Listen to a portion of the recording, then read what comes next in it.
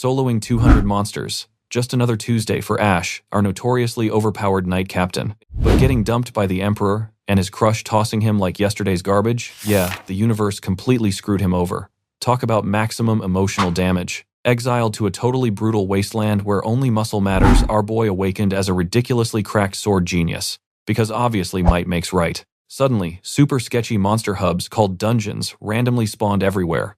These cursed labyrinths literally started vomiting out nightmarish beasts, causing absolute total havoc. The human realm got totally trashed. Innocent folks were sprinting for their lives while absolute bedlam erupted all around them. Enter the knights throwing down against the horde. When doom came knocking, humanity was practically begging for some overpowered heroes to carry them. Cut to an imperial border town getting totally wrecked. A ridiculously huge mutant wolf locks eyes on a terrified mom and her kid. Jaws unhinged, the oversized mutt dives in for a completely uncalled-for human snack. Boom. A hand violently snatches a sword hilt. Out of nowhere, a mysterious Chad drops in and absolutely claps the giant furball. Strolling up smoothly, he checks on the stunned victims before casually regrouping with his armored posse. Flashing a confident smirk, he tells them to chill. He casually drops his title, introducing himself as the squad's completely unbothered boss. With zero hesitation, he commands them to totally wipe out the remaining mobs. Suddenly, another rabid wolf speed rushes our captain. Seeing the aggro, he physically squares up for the inevitable collision. Drawing his steel with insane reflexes, he parries the beast's lethal dive right at the very last millisecond. The mutt gets dropped. But wait. A literal gargoyle suddenly dive bombs from the sky. Shrieking like crazy, the sky demon plummets. It violently craters the dirt as our guy casually sidesteps the fatal hit. Doing a tactical roll to create space, he quickly scans the area. His eyes lock onto a random farming rake. Snatching the rusty tool, he actually plans to use it as a legendary weapon. Launching airborne, he yeets the farming tool with terrifying force. Hilariously, the rake totally impales the flying demon right through its core. He admires his handiwork as the beast faceplants. Meanwhile, absolute chaos continues as his squad goes wild on the remaining horde. One sweaty teammate actually complains that these mobs are literally using infinite spawn hacks. Checking his battered squad, the captain screams for a status update. He loudly reminds them that losing here simply isn't an option. Hyped by his speech, his boys square up completely ready to brawl. The whole crew absolutely rushes the leftover stragglers. Following a totally exhausting grind, they finally collapse under the tranquil evening moonlight. Panting heavily, he questions if they cleared the wave. But suddenly, an absurdly massive shadow completely blacks out their resting zone. Heads snap upward instantly, realizing the final boss just joined the server. A god-tier snake violently erupts from the shadows. Staring at the absolute unit, Ash nervously chuckles that a mini-boss finally spawned. The colossal reptile unhinges its jaws, charging up a massive spicy laser. Boom, a devastating inferno erupts straight at the squad. Getting completely engulfed, he instantly throws up an X-block to tank the insane heat. He fiercely tanks the literal flamethrower. Going completely goblin mode, he literally jumps straight into the giant snake's gaping throat. Snap, the monstrous jaws violently slam shut, swallowing him completely whole. Flexing like crazy, he actually forces the giant fangs apart. Panicking at this insane stunt, the sniper girl loudly screams his name. Drawing her bowstring tight, she aggressively locks onto the beast's ugly mug. She fires one perfect shot while executing a slick tactical retreat. Bullseye. The arrow completely pierces the giant lizard's eyeball. Screaming in agony, it unhinges its jaws, letting our absolute madman break free. Sticking the superhero landing, he gives her major props for the clutch save. Spinning around instantly, his killing intent absolutely skyrockets. He violently launches himself forward to deal the ultimate perfectly timed finishing strike. Roaring fiercely, he absolutely dumps all his stats into this one critical hit. Executing an epic aerial spin, his blade cleanly decapitates the massive snake. Looking ridiculously cool, he dramatically walks away from the fresh loot. Spectating from afar, the terrified locals witness the absolute carry job. Going completely crazy, they loudly cheer their totally impossible survival. Just like that, the Empire's apocalyptic monster wave was brutally cancelled. Naturally, Squad 13 got heavily praised for hard carrying the entire defense. Obviously, Captain Ash's completely cracked performance totally stole the spotlight. The dude literally soloed over 200 mobs during the raid. Afterwards, his excited squad endlessly hypes up their outrageously overpowered boss. Thanks to his broken stats, he naturally unlocked a legendary new title. Scene shift, we head to a ridiculously fancy imperial castle. Deep inside the throne room, the king publicly flexes Captain Ash's glorious achievements. His epic reward, the shiny, brand new title of an associate noble. Bowing respectfully before His Majesty, he accepts this glorious honor.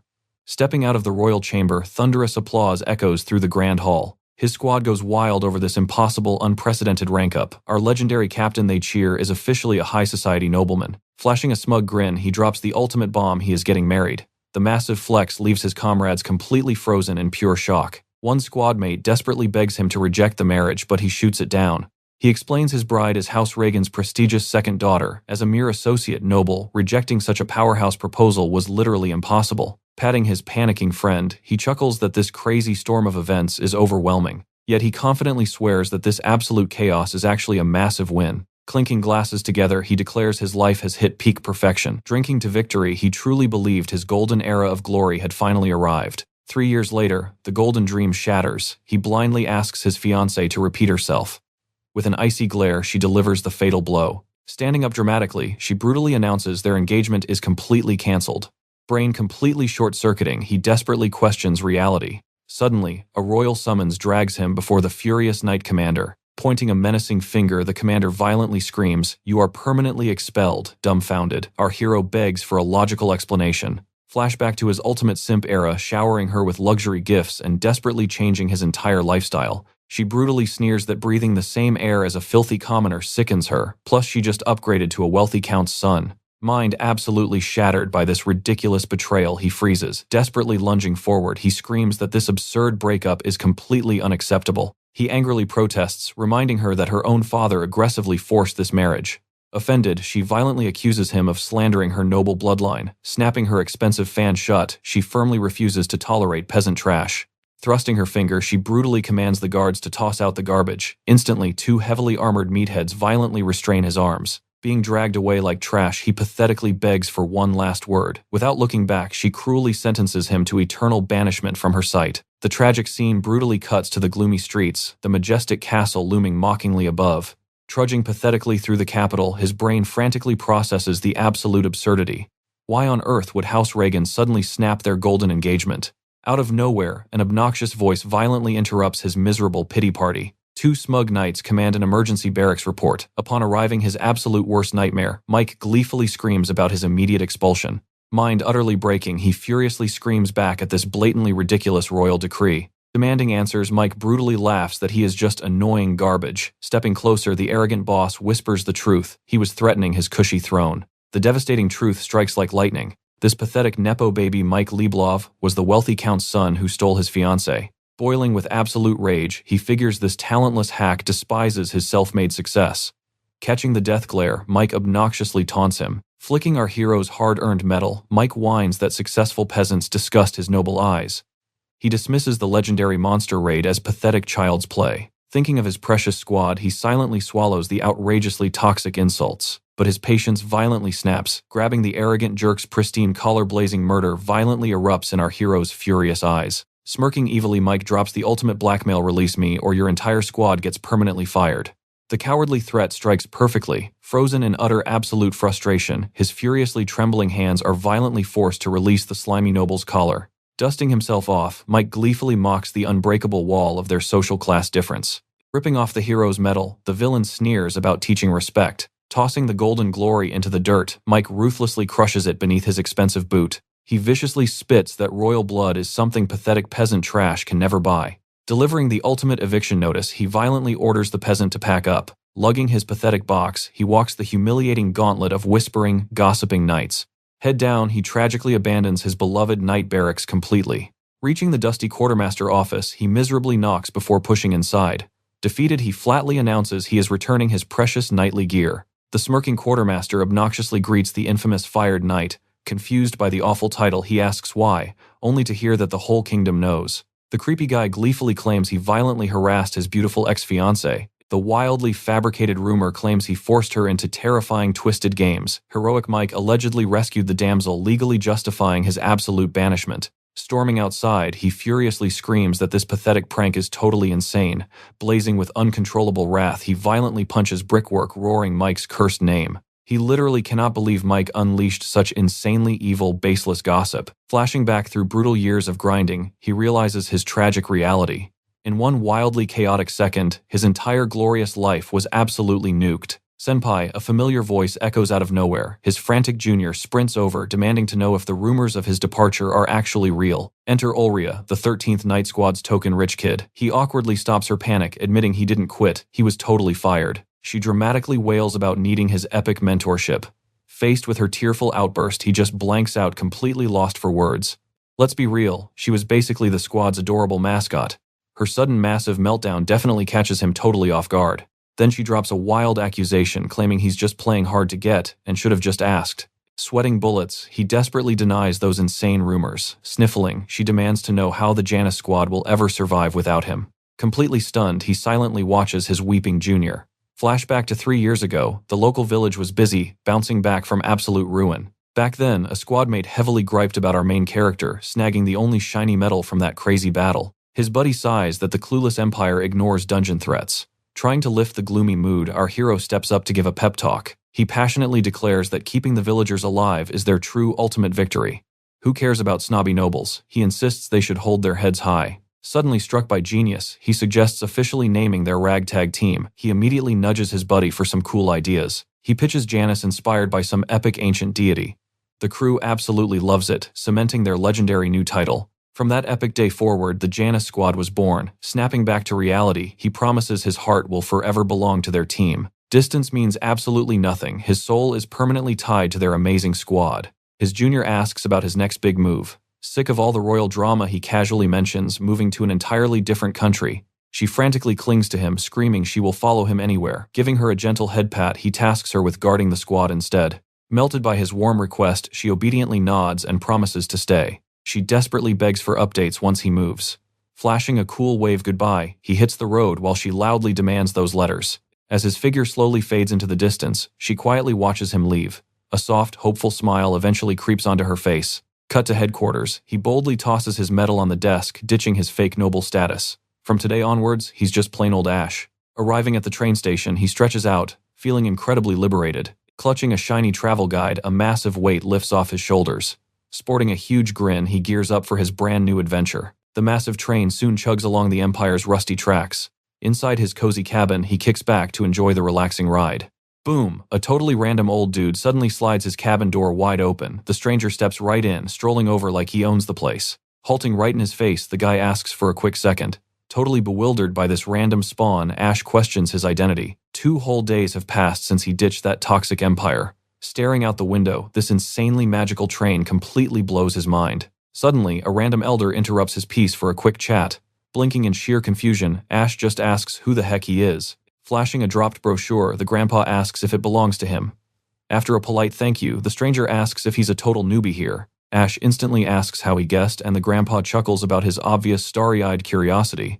Ash mutters that back home trains are strictly for filthy rich snobs. The old man laughs, bragging that here riding trains is totally basic everyday stuff. He proudly adds that this kingdom's magic tech is next level overpowered.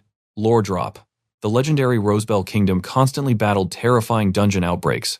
Their only weapon against these monstrous threats, pure, unadulterated magical firepower. Elite casters could blast literal fire and water from their bare hands, plus they heavily spammed insane healing miracles to keep everyone alive. Brilliant inventors started crafting overpowered magical gadgets using dead monster loot. These magical artifacts completely skyrocketed everyone's living standards into crazy luxury. Thanks to endless research, Rosebell kept leveling up its civilization. Today this place is globally hyped as the ultimate magic superpower. Comparing them, Ash realizes his old empire was basically living in the Stone Age. Suddenly, the intercom blasts that they've reached the dungeon city. The massive magical locomotive finally hits the brakes, wrapping up his epic road trip. Hopping onto the platform, he tags along with his new elderly buddy. The two happily chat while strolling through the buzzing metropolitan streets. A fancy horse-drawn taxi was already parked outside for the grandpa. Ash firmly shakes his hand, dropping a massive thanks for the awesome tour guide vibes. The old-timer cheerfully welcomes our hero to the glorious Rosebell Kingdom. Flashing a bright, carefree grin, Ash enthusiastically agrees. Stepping fully into town, this second dungeon metropolis absolutely blows his mind. Roaming the wild bazaar, the crazy magical inventory leaves his jaw on the floor. This mega hub was absolutely exploding with hyperactive merchants and insane loot. Navigating the crowded alleyways, he violently geeks out over every single glowing merchant stall. Out of nowhere, a terrified woman sprints down the alleyway. Browsing a nearby stall, our hero spots the chaos. What on earth is going on here? Hot on her heels, a pack of screaming thugs closes in. Trapped like a mouse, she hits a total dead end. Boxing her in, the sleazy boss smirks, demanding she play along with his twisted game. Shaking like a leaf, she begs them to back off. Suddenly, Ash swoops in, dropping a heavy hand right on the punk's shoulder. With a smirk, he casually suggests the guy has had way too much juice. Furious, the thug barks at him to get lost. Blinded by rage, the meathead winds up a massive punch. Ash dodges the sloppy hook like it is absolute child's play. Wham! He sinks a lightning-fast counter right into the boss's gut. The crushing impact launches the thug screaming through the air. Seeing their boss utterly trashed, the desperate lackeys rush in together. Roaring like wild beasts, the duo lunges for the kill. Slipping past their strikes, Ash notes their surprisingly crisp martial arts foundation. Makes sense for street trash living in a hardcore dungeon city. Bam! A flawless spinning kick connects right with a goon's jaw. The devastating force ragdolls him completely down the dirty street. Watching his buddy fold, the final crony completely shorts out from terror. Closing the gap instantly, Ash delivers a spectacular facial reconstruction. Just like that, the epic alleyway trash cleanup is officially complete. Dusting off his hands, Ash cracks his knuckles like a total boss. But wait, the humiliated leader draws his steel blade, absolutely seething. Aiming the lethal weapon, he screams that this means absolute war. Ash sighs, mocking the clown for pulling weapons in broad daylight. Lunging forward, the maniac shrieks about sending our hero straight to the afterlife. Hold up, an imposing armored knight storms in, commanding them to freeze. The royal guard declares this street circus is officially shut down. Flanked by soldiers, the commander's eyes go wide. He actually recognizes the legendary Ash Hearts. Ash grins, casually greeting his old buddy Bale. Announcing himself as Sir Bale Baron, the commander instantly orders the trash mob thrown in the dungeon. Cue the flashback. These two used to clash steel in academy exhibition matches. Back in the day, they traded blows in countless epic tournament brackets. Deadlocked in victories, their blazing rivalry was the stuff of legends. Clashing swords forged an unbreakable brotherhood. Fast forward to today, the two bros are happily clinking glasses to their totally random reunion. Bale casually mentions he only swung by because locals reported a massive street brawl. Downing his pint, Bale asks what brought his rival to this kingdom. Ash takes a breath, ready to drop some serious lore. Hearing the tragic backstory, Bale winces at his friend's rotten luck. Ash grinds his teeth, admitting his blood still absolutely boils over it. A lightbulb clicks. Bale pitches an epic fresh start in this very city. Blinking like an idiot, Ash totally misses the brilliant concept. Pointing dramatically, Bale tells him to awaken as a certified dungeon hunter. Tilting his head, our clueless protagonist asks if that is some kind of joke.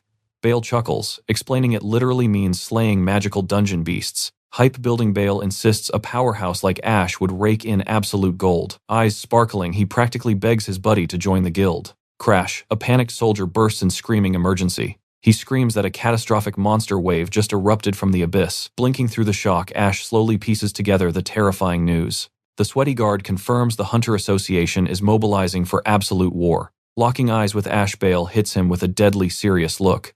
Offering his hand, he challenges his old rival to join the frontline raid. During a dungeon break, bloodthirsty beasts flood the streets like a nightmare. Once unleashed, these mindless creatures slaughter absolutely everything in their path. Ash does the math, realizing they must slaughter the horde before innocent blood spills. Smirking confidently, our hero locks in and officially joins the party. Gripping hands, the legendary duo gears up to crush skulls together once more. Sprinting to the drop zone, they finally reach the kingdom's elite hunter guild. Inside, dozens of stressed awakeners are anxiously waiting for the military's game plan. A guard loudly declares that Captain Bale has entered the lobby. Desperate for answers, a rookie hunter begs the brass for some tactical intel. The control room is pure madness, practically radiating catastrophic disaster energy. Slamming his hands on the desk, Bale demands a full tactical damage report. Shaking terribly, the guild staffer stammers that exactly 100 beasts breached floor 10. Bale gritting his teeth, realizing a full-scale apocalypse is moments away. When questioned about his mysterious +1, Bale proudly introduces the legendary Ash. Scoffing loudly, a grumpy guildmaster points out Ash lacks an official hunter license. Crowding around, skeptical veterans mockingly ask if this pretty boy can even swing a sword. Bale just laughs, guaranteeing his boy is an absolute monster. Drawing his blade, the captain orders the entire raid party straight into the deadly abyss.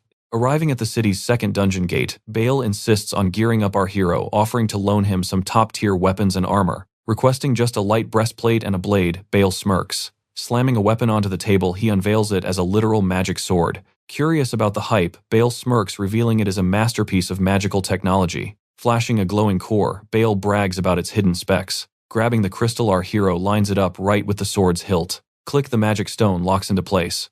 Gripping the hilt, he gasps as surging, overwhelming energy instantly courses through the heavy blade. Grinning from ear to ear, Bale boasts about its absurdly boosted cutting power. He hypes up the crazy special effects these magic weapons pack. Fully geared up, the raid party finally steps into the dark abyss. Dropping down to floor 1, they push deeper into the pitch-black, creepy corridors. Hitting the second floor, they plunge further into the darkness. Bale casually mentions a heavy barricade blocking the stairs to floor 3. Reaching level 3, the dungeon's architecture suddenly shifts into something completely bizarre. Reminding everyone that dungeons are massive mystery boxes, he points ahead, ordering the squad to get into their battle formations right there. Bam! Something massive violently smashes against the wooden barricade. Panicking, someone screams that the monsters are already crashing the party. Barking out orders, the entire raid group draws their weapons, rushing into the chaos. Crash. The barricade shatters like cheap glass. Emerging from the dust, a terrifying squad of gigantic, roided-out gorillas roars at them. Bale instantly screams to aim right for their thick skulls, roaring like a maniac. One massive ape launches itself straight at our hero. Watching it fly, he dryly jokes that these beasts are moving in slow motion. Sidestepping smoothly, he completely decapitates the beast in one strike. The peanut gallery of hunters stands completely frozen in pure shock. Examining the glowing blade, he marvels at its absolutely ridiculous, buttery smooth cutting power. Laughing out loud, Bale asks if he loves the trial weapon. Realizing its insane stats, our hero realizes weak spots are basically optional now. Swish, he literally bisects another giant gorilla like a piece of cake. Lowering his blade, he casually watches the massive beast hit the dirt. But wait, even sliced in half, this freaky ape is still crawling toward him. Suddenly, the top half leaps up for a second round. Slicing it again, he realizes this annoying monster simply refuses to die. Sweating drops, Bale yells that these mutant apes are ridiculously stubborn to kill. Sighing, he dashes in, throwing a brutal flurry of punches and kicks. Weaving through its desperate swipes, he prepares to julienne the giant beast. With a battle cry, he lands a devastating final blow, officially ending the nightmare. Meanwhile, Bale is happily brawling, screaming that their pelts are basically walking gold. He cheers that wealthy nobles go crazy for these fuzzy jackets. The sidelined hunters sweat knowing those gorillas are actual boss-level threats. They quietly start whispering about who this crazy, overpowered temp worker really is. Suddenly, a knight gasps, recalling the legendary nickname Ash, the monster exterminator, the crazy madman who soloed an entire monster outbreak in the Empire. They say he butchered over 200 beasts all by himself last time. Jaw drop, the extra hunters mumble that his stats are straight-up hero tier. The knight boldly claims he rivals the legendary 10 swords. As Ash casually massacres gorillas, the rookies cluelessly ask what the 10 swords even are. The veteran dramatically explains, it is the absolute peak title a knight can achieve. Yanking off his helmet, the sweaty knight nods vigorously. Revealing his awestruck face, he admits literally every single swordsman dreams of that god-tier rank. Sprinting through the bloodbath, Bale laughs, yelling that Ash leveled up insanely. Ash smirks, shouting back that he's way stronger than 12 months ago. Tag teaming like absolute legends, the duo gleefully bulldozes through every single monster appearing. Glancing over mid-swing, he playfully asks if Bale really thinks he leveled up. Smirking widely, Bale says he wants to recruit him even more now. Posing over a mountain of corpses, Ash asks if that is everyone, while Bale applauds. Staring at the massacre, the useless squad realizes those two madmen just slaughtered 300 giant beasts. The extras sadly realize they were basically just cheerleaders today. Later at the Association Guild, the cute receptionist prepares to drop the loot numbers. Squealing with pure hype, she reveals the raid bounty is a massive 600,000 coins. Bale casually flexes, noting that S-class hunters rake in this cash daily. Winking like a true salesman, he officially drops the guild recruitment pitch. Staring him down, he drops the ultimate question, will you become a hunter? The starry-eyed receptionist begs him to please say yes to them. Pondering for a hot second, he dramatically reaches out, declaring he will become a legendary hunter. With the contract sealed, the entire guild hall erupts into totally wild screaming cheers. Pumping his fist, Bale immediately demands a massive welcome feast. That night, an absolutely chaotic celebration shakes the foundation of the Hunters Guild Tower. Meanwhile, at the stuffy Imperial Knights headquarters, several incredibly boring days drag by. A tired colleague hands Olria a mysterious postcard. Snatching it up, she flashes a quick smile of gratitude for the special delivery. Squinting at the messy handwriting, she wonders who on earth would actually write to her. Pivoting around, a giddy giggle escapes her lips. Cheeks burning red, she squeals about, finally reuniting with her precious senior. Inside the drab barracks, Olria practically dances with her brand new treasure. Clutched to her chest, she rejoices that her senior is thriving. Scanning the stamp, she realizes he migrated to the Rosebell kingdom. Out of nowhere, her squad mates pop up, teasing her goofy grin. Snapping back to reality, she cheerfully waves at the gang. Blinking in surprise, she asks if their hellish training is already over. Slumping onto the sofa, her buddy whines about their miserable routine. Pouring some drinks, she drops the bombshell. Her senior is now a professional dungeon hunter. She brags about the juicy updates mailed directly to her home. Ears perking up, her greedy friend asks if the hunter gig pays fat stacks. Smirking confidently, she confirms the money is rolling in. Another squadmate instantly mutters about jumping ship for an easier paycheck. He groans that rotting in the 13th squad is completely pointless. Without missing a beat, Olria casually announces she is quitting the Knights entirely. Jaws dropping, they gasp, asking if she is chasing Ash. She proudly nods. Catching the quitting bug, another knight admits he wants out too. Sighing heavily, her buddy declares this squad is officially dead without her. Eyes sparkling with greed, he violently declares he will become a hunter too. Olria completely freezes her eye, twitching at these absolute copycats. Completely clueless, the slacker asks for Ash's exact coordinates. Forcing a polite smile, she mentions the second dungeon city.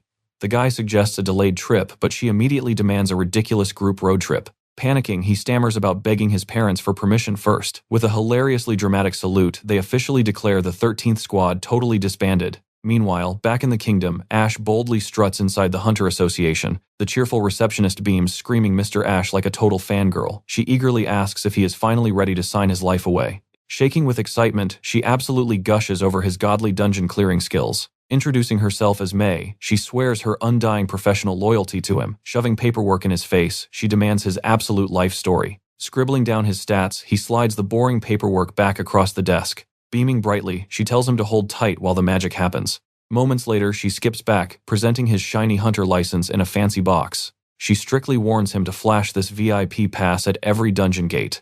Nodding slowly, Ash realizes the system is basically stalking their every move. Furthermore, every single monster drop must be surrendered to the guild. Chuckling dryly, he complains about losing his chance at a free winter fur coat. Crossing her arms playfully, she adds a terrifying clause about permanent, inescapable citizenship. Sweating slightly, he asks about vacations, but she swiftly shuts that dream down. Wrapping up the terrifying terms, she cheerfully welcomes him aboard. Gripping his plastic freedom, he awkwardly promises to grind hard. Wasting zero time, our newly minted hero marches straight toward the second dungeon. Reaching the massive looming gates, he stares down the abyss like an absolute boss.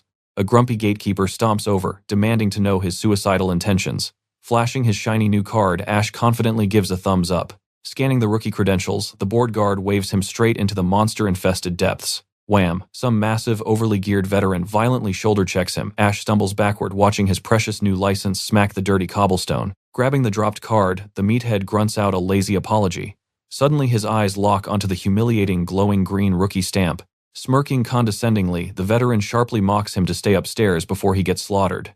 Glaring at the retreating jerks, Ash mutters about their massive ego problem. Tightening his grips, he declares his epic grinding session has officially launched. Drawing his trusty blade, he plunges deep into the magical unknown, completely hyped. Stepping onto floor 1, he sighs happily about farming with zero toxic teammates. Snap, his combat instincts flare as monstrous bloodlust leaks from the shadows. Nearby, 2 goofy rookies cheer wildly over a tiny loot drop. Strolling closer, our confused hero questions their utterly bizarre farming method. Grinning like an absolute madman, the kid proudly claims they are literally fishing for jelly monsters. He hilariously explains his genius tactic of chucking cabbages into the pond as bait. Right on cue, a gullible slime aggressively attacks the floating salad. With a mighty heave, the kid yanks the squishy prey right out of the pond. Thwack! He brutally stabs the core, instantly deleting the poor slime.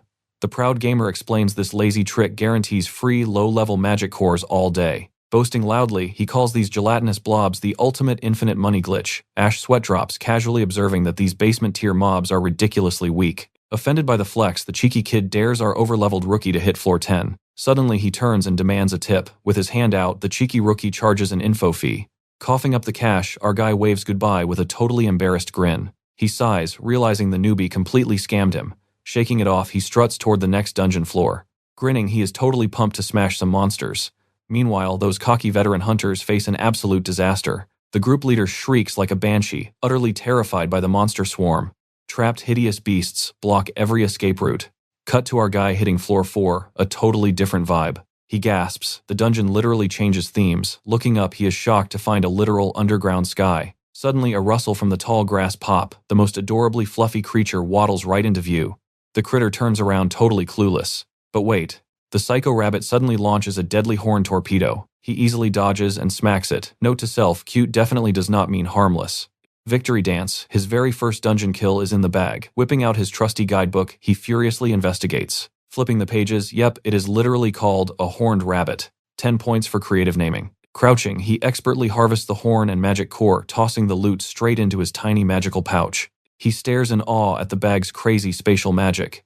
But wow, these bunny drops are hilariously cheap. Yeah, farming these fuzzballs is totally not worth the effort. He turns around and freezes. An entire bunny army. He books it sprinting for his life from the apocalyptic swarm of pure fluff. A few ridiculous chaotic mishaps later, he hits floor 9. By floor 10, the exploration becomes an absolute peaceful breeze.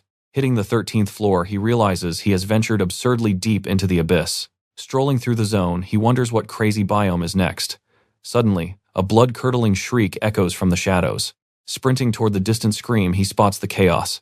It is those veteran hunters getting absolutely wrecked by undead. He instantly recognizes the exact same cocky squad from the dungeon's front door. A skeleton raises its blade to execute the leader. Dashing in, our hero screams for the guy to duck. Playing, he deflects the lethal strike, pulling off a clutch rescue. The stunned veteran gasps, asking if he is alright. Squaring up, our guy gets totally pumped to brawl this literal bag of bones. He swings hard, aiming straight for the alleged weak spot. Bam! The bony warrior explodes into a million tiny pieces. Creepy plot twist. The shattered skeleton is still twitching. He sweats, wondering if he actually needed a headshot. With one ruthless sword swing, he smashes the undead skull into literal dust. He exhales, wiping his brow, thinking the boss battle is over.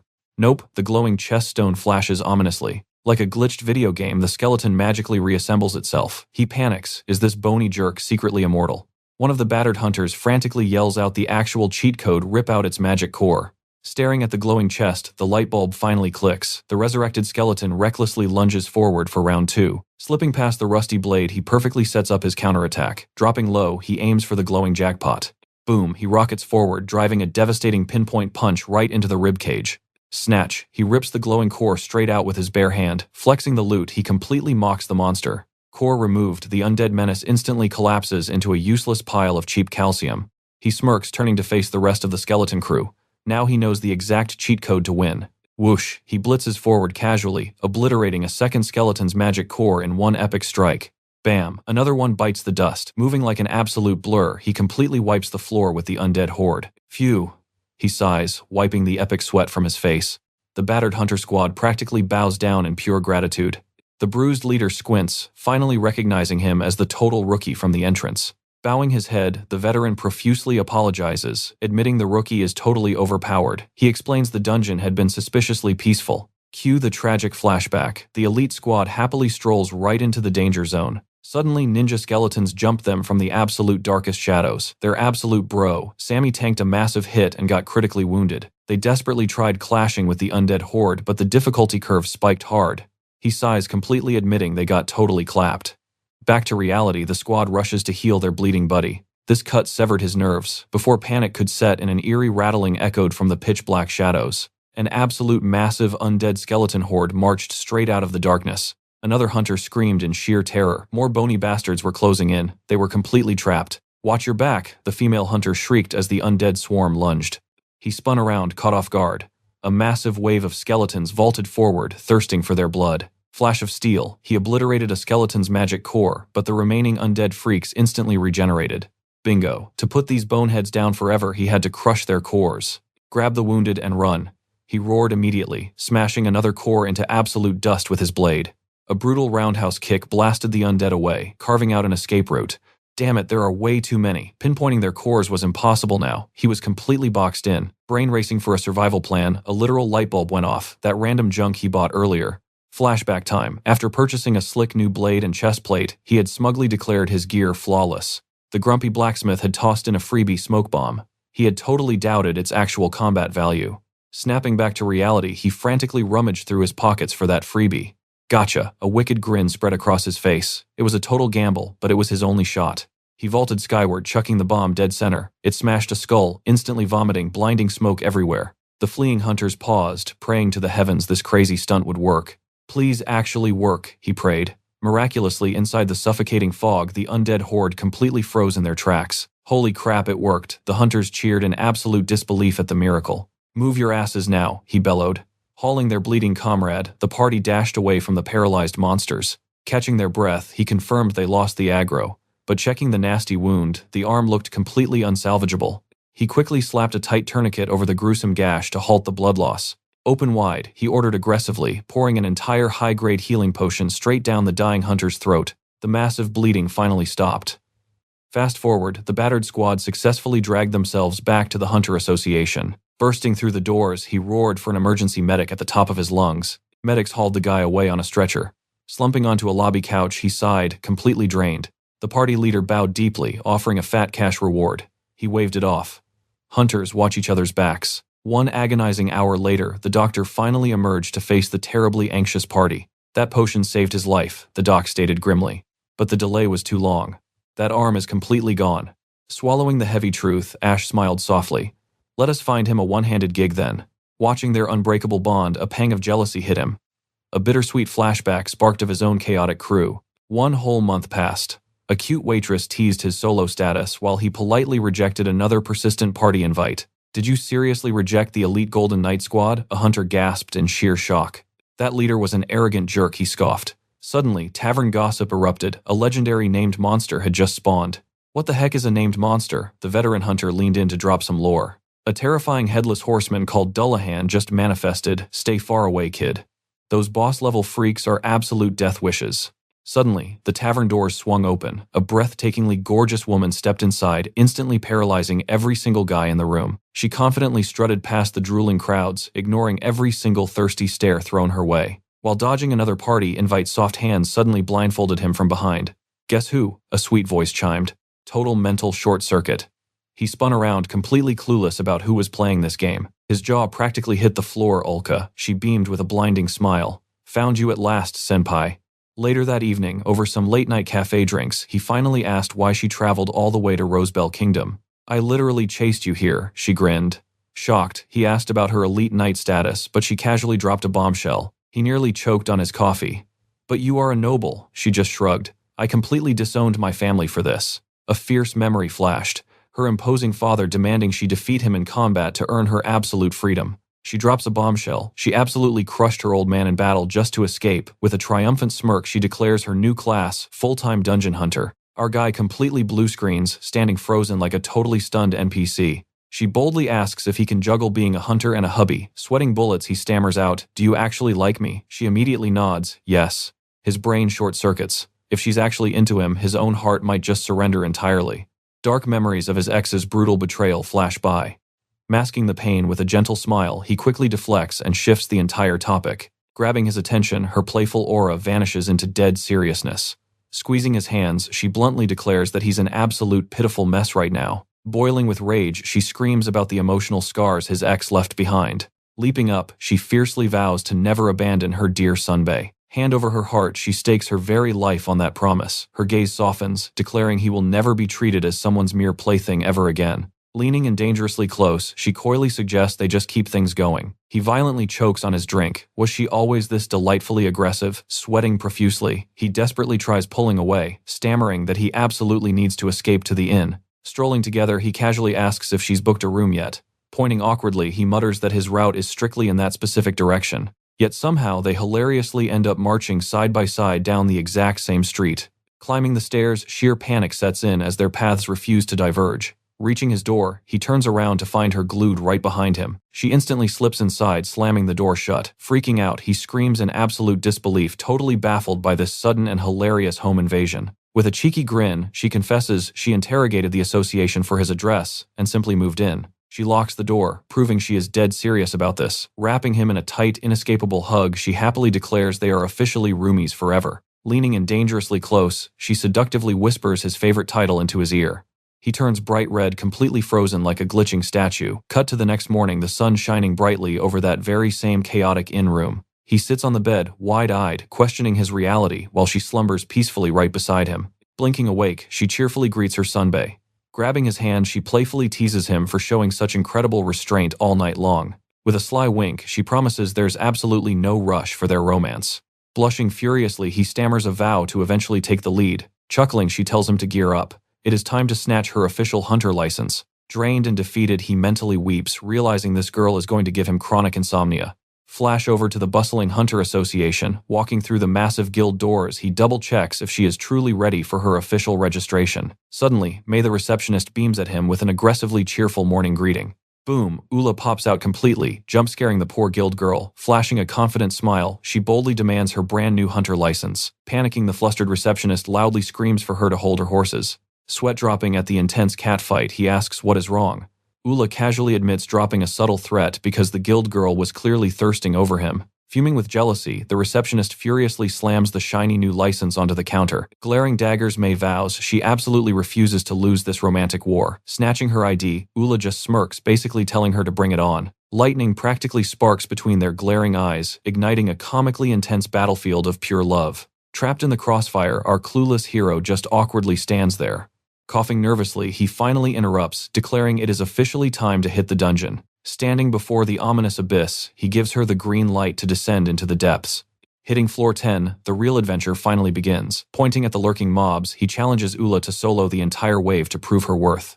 Two absolutely massive ape monsters beat their chests, readying a completely brutal charge. The beasts barrel forward like freight trains of fury. Unfazed Ula casually draws her bowstring back, locking her piercing gaze onto the incoming targets. Swoosh, one piercing arrow blasts through both targets flawlessly. Arms crossed, our guy nods like a proud mentor, clearly impressed by her insane accuracy. Not holding back, she smoothly loads up an epic triple shot technique. 3 deadly shafts lock onto the raging apes.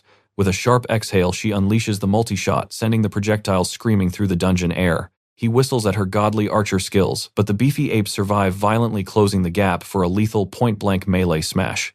Switch to melee, he urgently barks out. Without missing a beat, she whips out a wicked dagger ready to slice and dice up close. Moving like a phantom, her deadly blade dances across the first ape's massive chest.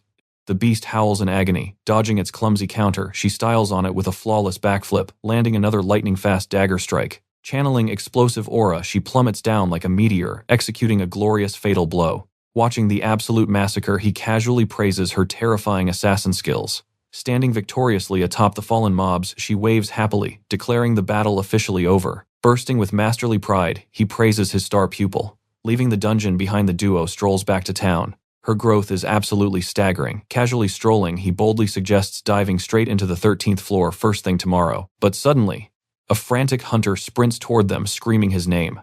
The situation is utterly catastrophic. A horrific named boss spawned. The legendary Dullahan has crashed their dungeon run. Chaos consumes the guild hall. Rumors fly like wildfire, while a traumatized survivor sobs uncontrollably in the corner. Her entire party walked straight into the Dullahan's deadly ambush. Over 10 lives snuffed out instantly. Kneeling gracefully, our main character begs her to reveal the monster's attack pattern. The monstrous blade unleashed a devastating area of effect, wiping everyone out. Questioning the weapon triggers pure despair. Hitting a dead end, he sighs deeply and falls back to his party. A funeral mission, not quite. Bale firmly declares they must salvage the fallen bodies first.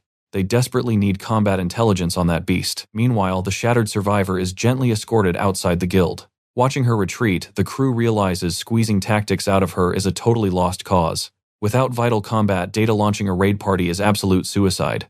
Flashback time. A monstrous gorilla raged through hellfire. Taking down such titans requires every S-rank hunter available. Snapping back to reality, Bale announces the recovery squad desperately needs elite bodyguards.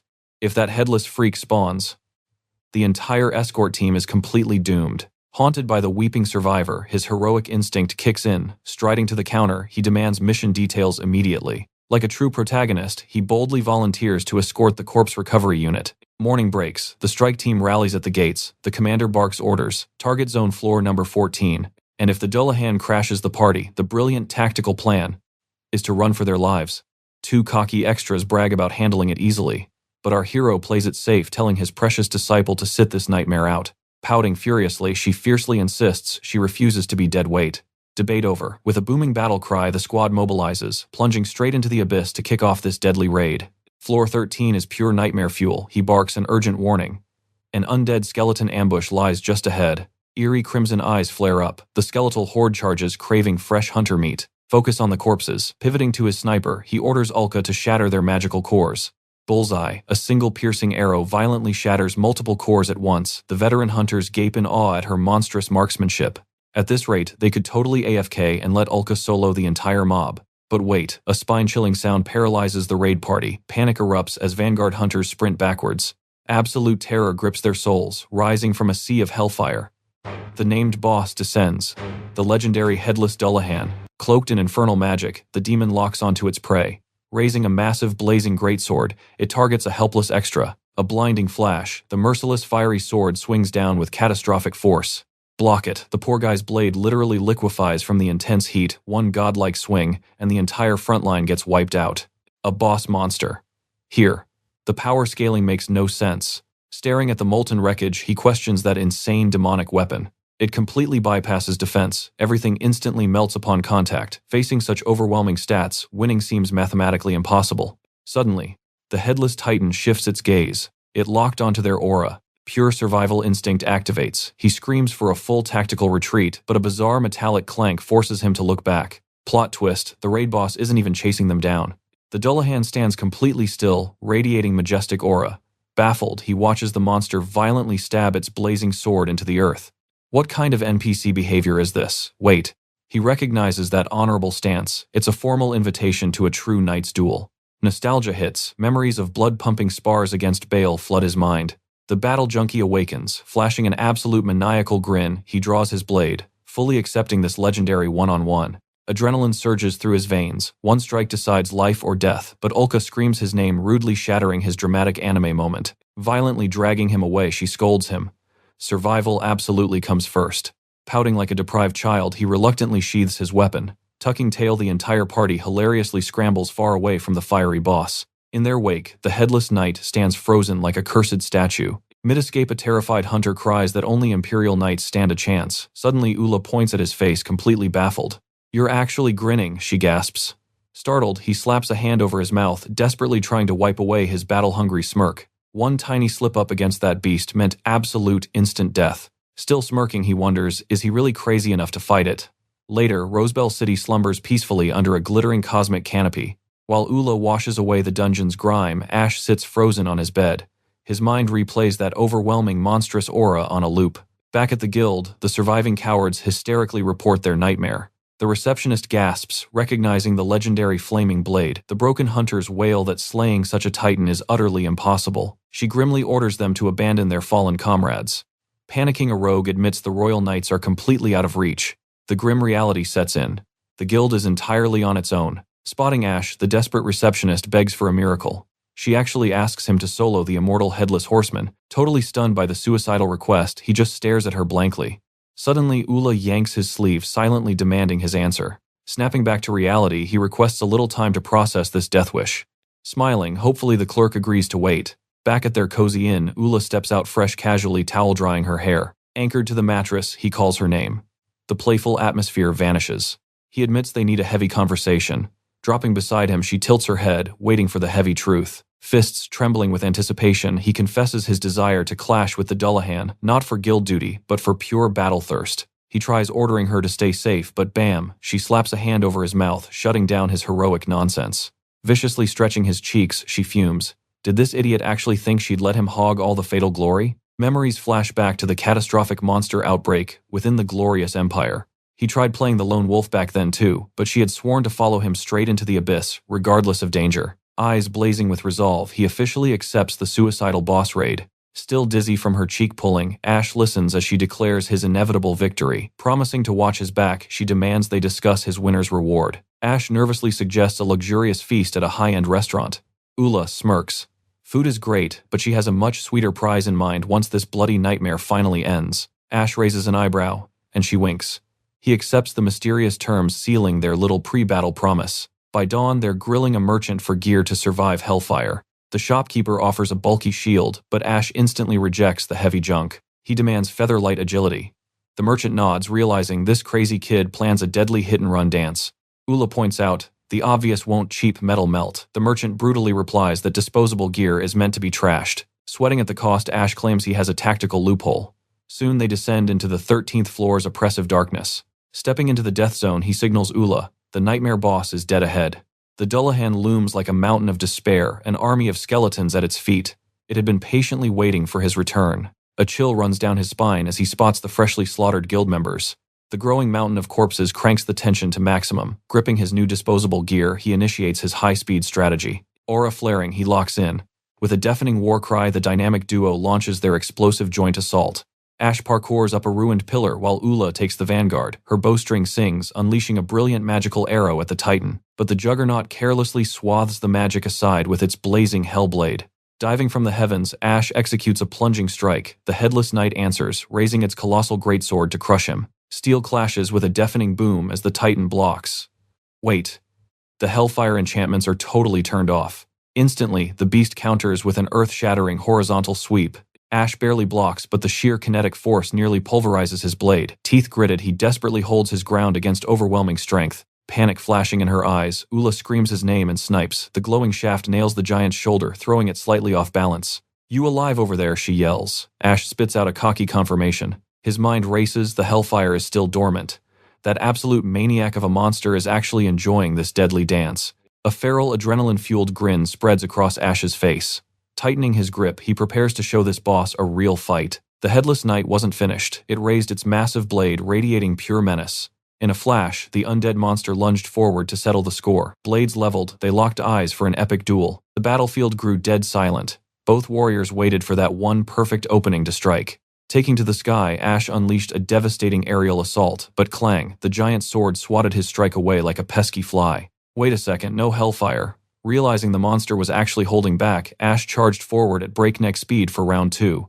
Spotting Ula readying her weapon, Ash desperately waved her off. "Hold your fire." Grip tightening on his hilt, he dropped a massive bombshell. This creature wasn't just a mindless beast. Those parries, that footwork, that was textbook royal swordsmanship. With a cocky grin, Ash decided to test a crazy theory. Straightening his posture, he offered a formal bow.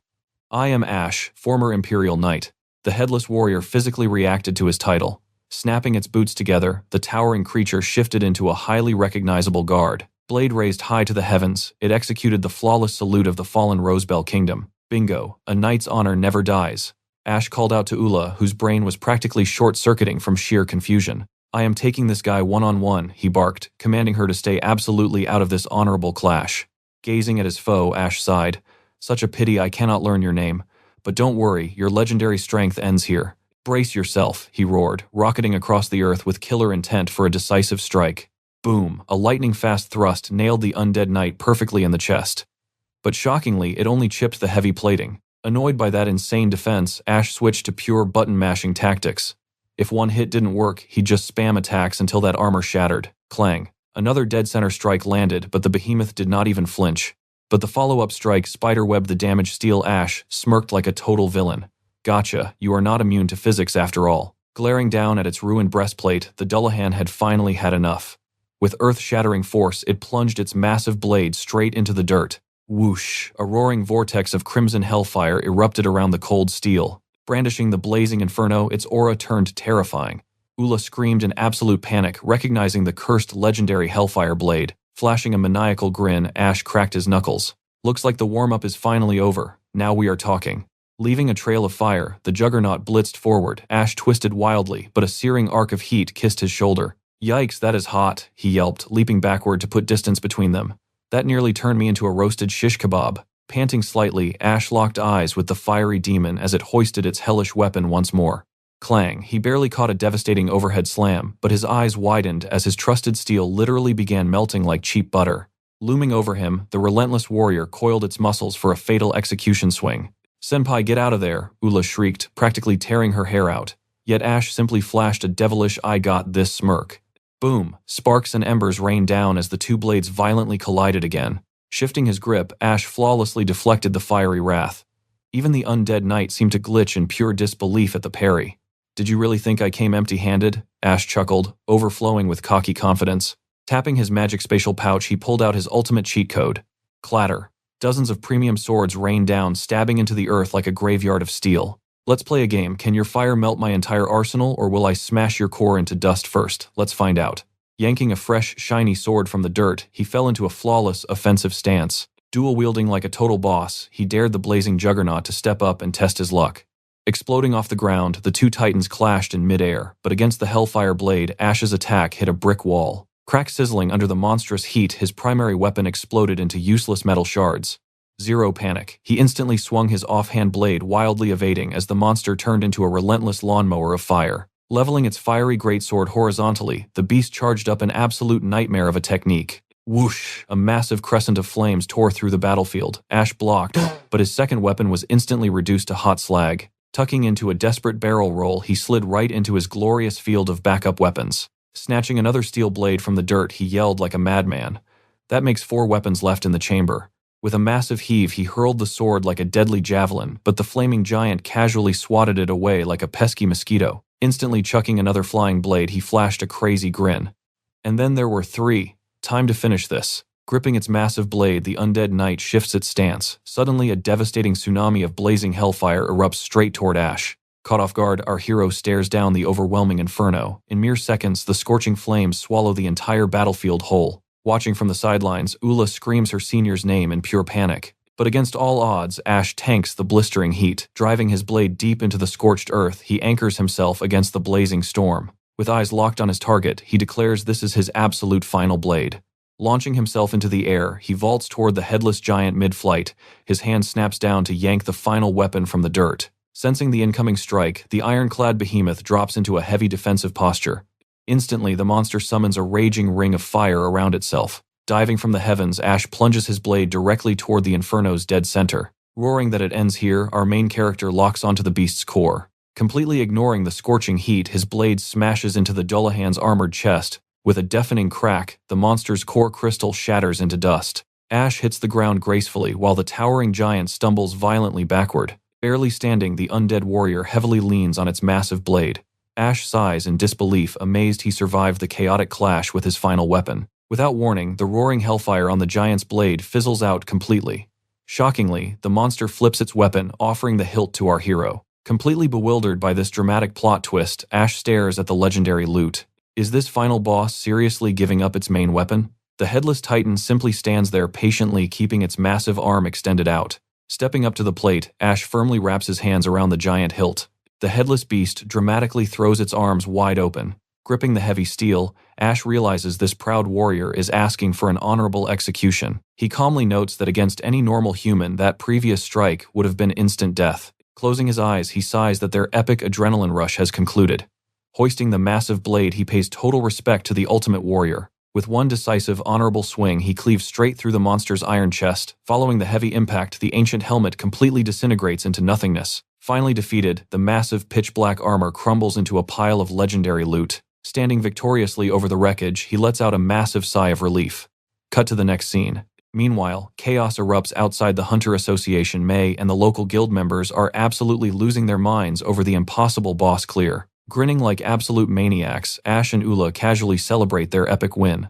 Walking inside, he casually asks his junior to stash the heavy loot. Panicking completely, May waves her arms, frantically screaming at them to freeze. She practically hyperventilates, explaining protocol demands, waiting for official backup. Snapping into boss mode, May orders everyone to instantly summon Sir Bale. Sweating nervously, Ash whispers to Ula that winning actually made things way too complicated. Bursting through the doors, Bale excitedly praises our protagonist. Caught totally off guard, Ash wonders if this big shot really rushed over for basic loot.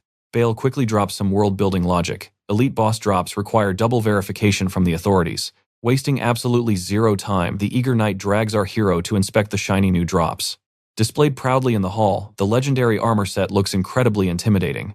An overly serious guild appraiser practically glues his monocle to the dark steel. Sweating bullets, the appraiser confirms this is absolutely the mythological armor from the rumors. But wait, lifting the heavy blade, Bale completely loses his cool. Out of nowhere, the weapon ignites with raging fire, exposing its true divine rarity. Both May and the appraiser literally scream out loud, absolutely flabbergasted by the insane RNG. Acting completely clueless, Ash asks what the big deal is.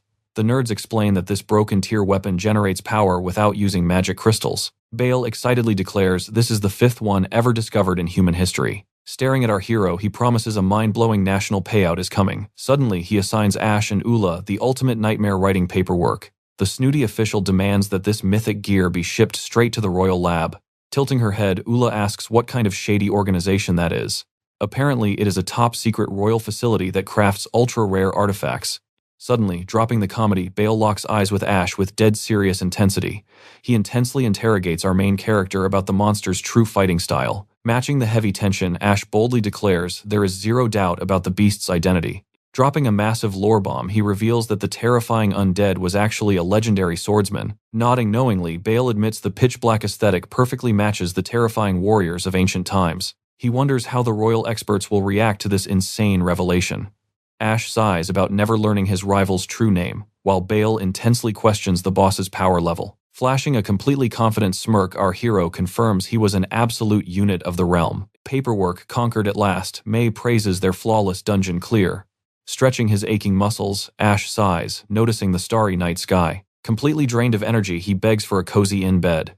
Boom, a wild pack of hunters ambushes them, demanding a victory feast. Ash and Ulka just blink, utterly paralyzed by this chaotic vibe. Cut to the guild tavern, bursting with roaring laughter, endless meat, and overflowing ale. Mugs clash in the air as the entire pub cheers for their epic win. The guild dubs him Ash, the mighty Dullahan Slayer. Gulping his drink, Ash smirks, way cooler than his lame old exterminator title. Suddenly, a veteran asks for their official party name. Mid-sip, Ash pauses, his brain gears, turning to forge the ultimate squad title. A vision strikes him, showing the glorious statue of Janus, the ancient creator god. Memories of brutal training with his chaotic childhood squad flood back. Smirking softly, the perfect name locks into place. Catching Ulka's eye, he declares their destiny was written ages ago. She beams, nodding like an excited puppy. The drunk hunters tilt their heads, totally lost in this wholesome moment. Boom, they proudly declare themselves the Janus Squad. Meanwhile, a massive steam train screeches into a chaotic station. A mysterious figure steps onto the platform, ready to conquer this brand new concrete jungle. It is Meera, she cheers, throwing her arms up in total victory. Scanning the skyline, she brags about surviving the bumpy ride. Her eyes sparkle with pure greed as she gazes at the legendary first dungeon city. Fists clenched, she yells for Ash and Ulka to hold their horses. Strutting down the avenue, she dreams of forming the ultimate hunting trio. Her brain supplies glorious visions of swimming in gold coins, endless booze, and high-stakes gambling. She kicks open the doors to the legendary Hunter Association. Instantly, sweaty mercenaries start whispering about the cute new girl. A bunch of creeps slide over, offering to show the rookie the ropes with obvious ulterior motives. Swerving past the losers, she slams her hands on the front desk, demanding intel on her missing idiot friends. She aggressively asks for an Imperial hunter named Ash, who was definitely supposed to be here. But the terrified desk clerk awkwardly stutters that no such guy exists in their database. Wait, what? Meera remembers Ulka swearing this was the right city. Her brain shorts out. That sneaky fox lied to steal Ash all for herself. Unleashing a banshee shriek, she swears her millionaire dreams will not crumble today. Desperate, she interrogates the clerk, learning about 2 rival branches in distant towns. Trusting her gut, she locks onto the closest target. A terrible realization hits her wallet. Slapping down her measly copper coins, she begs for a cheap train ticket. The clerk shakes her head. Insufficient funds. Meera shatters like glass. Suddenly, that sleazy hunter from before whistles at her. Smirking, his gang offers to magically solve her little cash flow problem. The greasy boss casually slings an arm around her shoulder, whispering his creepy conditions for the loan. Meera exhales the heaviest sigh known to mankind. Bam! She unleashes a devastating right hook straight into the creep's jaw. He launches backward like a ragdoll. His lackeys just stand there, absolutely jaw-dropped. Zero hesitation, she vanishes from sight, reappearing to plant a flawless, gravity-defying kick right on lackey number 2's nose. The final thug screams bloody murder, charging in a blind rage. Meera cracks her knuckles, smirking like a true demon king. Wham! She buries a monstrous roundhouse kick deep into his gut. Dust settles over the trashed lobby. But the stubborn boss staggers up, spitting blood and roaring about deadly payback. He throws a sloppy haymaker, but Meera effortlessly glides right under it. His clumsy momentum leaves him completely exposed. Crack, her heel snaps up in a picture-perfect high kick straight to his dome. Lights out. The boss crumples into a pathetic heap. Wiping her boots, she growls at the groaning pile to scram before she gets really mad. The poor desk clerk clutches her face, totally mind-blown by this absolute powerhouse of a girl. Trembling, she suggests Meera register as a rookie hunter for some fast cash. Ding, a light bulb ignites above Meera's head. Time to grind some dungeons, get stupidly rich, and hunt down that traitor Ulka. Fast forward 2 days. Ash and Ulka stroll peacefully through town. Suddenly, Ulka tugs his sleeve, a totally serious look on her face. Suddenly, Commander Bale appears. He mentions hauling that cursed armor toward the capital. Waving them closer, Bale drops a massive lore bomb. They uncovered a hidden ancient engraving slapped right onto the Dullahan's chest plate. That headless monster was actually a noble knight swallowed by the dungeon. Will I become a monster too? Ash gulped. Bale just shrugged, a total mystery. The Institute would analyze the loot, hoping for some epic gear. With a quick farewell, Bale promised the Association and Institute would drop their well-deserved loot soon. Waving goodbye, Ash and Ola locked eyes. Next stop, the Association to claim that sweet, sweet cash. Waiting at the guild counter, the payout finally arrived. Their jaws hit the floor, a staggering 5 million rose. Brains short-circuiting, they frantically crunched the numbers to split this unbelievable jackpot. May dropped another bomb. They were now exclusive hunters for the second dungeon city. Is that good? Ash blinked. VIP treatment, baby, she winked. Bouncing with excitement, she cheered them on to completely obliterate more monsters.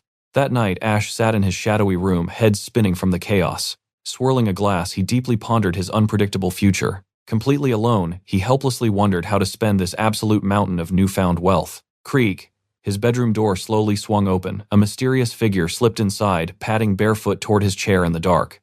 "Senpai," a sweet, familiar voice whispered. Ash whipped around, only for Ola to tackle-hug him from behind. "Remember the special reward you promised," she purred. Face burning red, Ash frantically stuttered before nervously surrendering to her bold request. Patting the edge of the mattress, Ola playfully signaled him over. His brain completely flatlined in absolute panic. Trapped together on the sheets, they locked eyes. The silence was absolutely deafening, tension skyrocketing. With a gentle shove, she pinned him against the mattress. Straddling him, Ola locked onto his gaze with fierce, unstoppable determination. She flashed a dazzling smile, leaving Ash completely paralyzed. Grabbing his stiff arm, she cheerfully guided it into the perfect position. Snuggling tightly against his side, she claimed his arm as her ultimate pillow. From now on, she whispered, "This is my spot every single night." Totally dumbfounded, Ash just stared at her, his brain completely failing to reboot. "Wait, just this," he blurted out.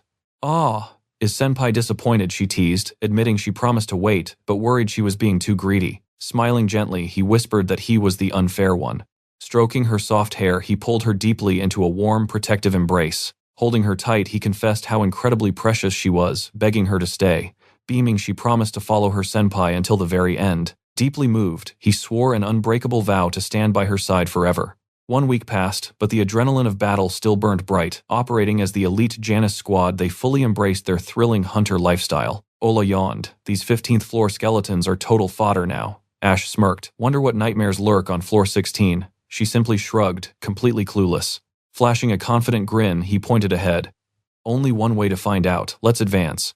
Stepping onto floor 16, their jaws dropped at the impossible sight. An endless, blazing desert wasteland stretched infinitely beyond the horizon. Mind completely blown, Ash stared in awe. Are we seriously still inside a dungeon? As Ola marveled at the dungeon's magic, a dark shadow swept over them. Ash glanced up. A colossal, terrifying beast blotted out the desert sun. Tearing through the sky, a smaller, vicious minion dive-bombed straight toward their unprotected heads. Combat instincts igniting, Ash shifted into his stance. Blasting off the sand, he delivered a devastating pinpoint strike straight into the beast's core. A sickening crunch echoed. The monster shrieked in absolute agony, plummeting violently back down to earth. But mid-fall, the beast unleashed a flurry of razor-sharp feathers. Like deadly javelins, they slammed deep into the baked desert soil. Instantly, the buried feathers started pulsing with a violently bright, ominous light. Boom, a massive shockwave erupted, forcing Ash into a desperate backflip. "It's magic," Ola screamed, realizing the monster was literally planting feather bombs. Stabilizing its flight, the demonic bird unleashed an ear-piercing screech, preparing another deadly assault. "Ola, fall back, it's diving again," Ash roared. But just then, an unknown voice echoed across the dunes. "No, this is our perfect opening." Ash blinked as a fierce, mysterious woman appeared beside him.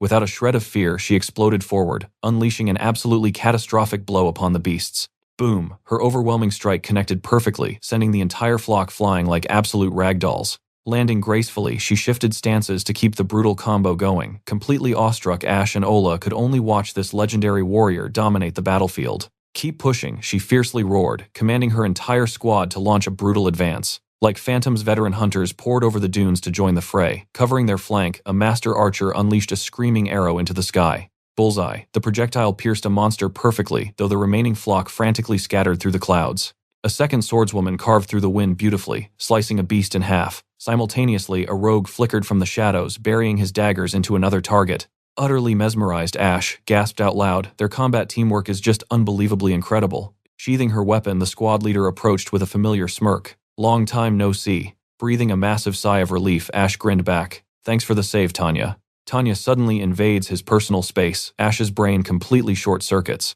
Ola's jaw drops to the floor, Tanya whispers seductively, saying the pleasure of saving him was entirely hers. Cue the jealous junior. Ola launches herself between them like a missile screaming bloody murder.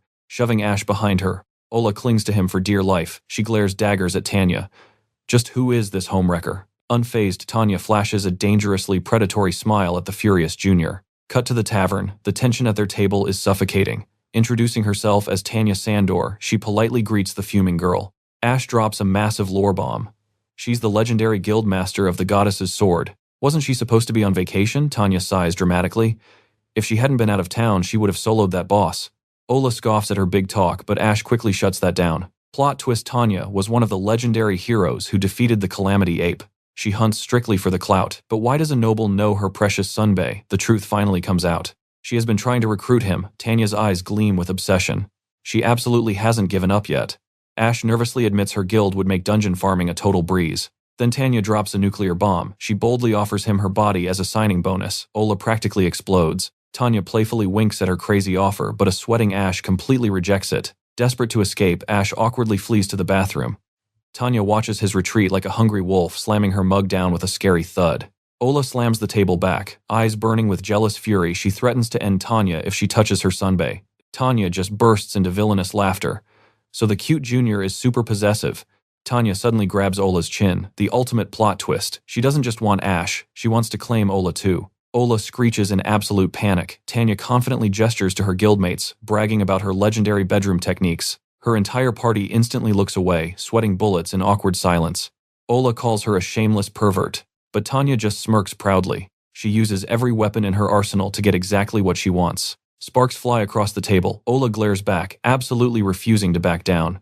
She will never surrender. Her Sunbae challenge accepted. Tanya snaps her fingers with dramatic flair, kicking off the ultimate showdown. Waitresses rush in like pit crews, slamming down mountains of foaming alcohol. A hardcore drinking contest. Whoever stays conscious claims the prize. Ash returns to total chaos. His jaw drops as the girls chug giant mugs at lightning speed, creating an absolute spectacle. Slamming empty glasses, they roar for more. The tension is absolutely suffocating. Ash begs them to chill out, but Ola is already gone. Face planting the table, she is completely knocked out cold. Tanya smirks, claiming he owes her a favor now, but Ash brutally shuts her down, telling her to keep dreaming.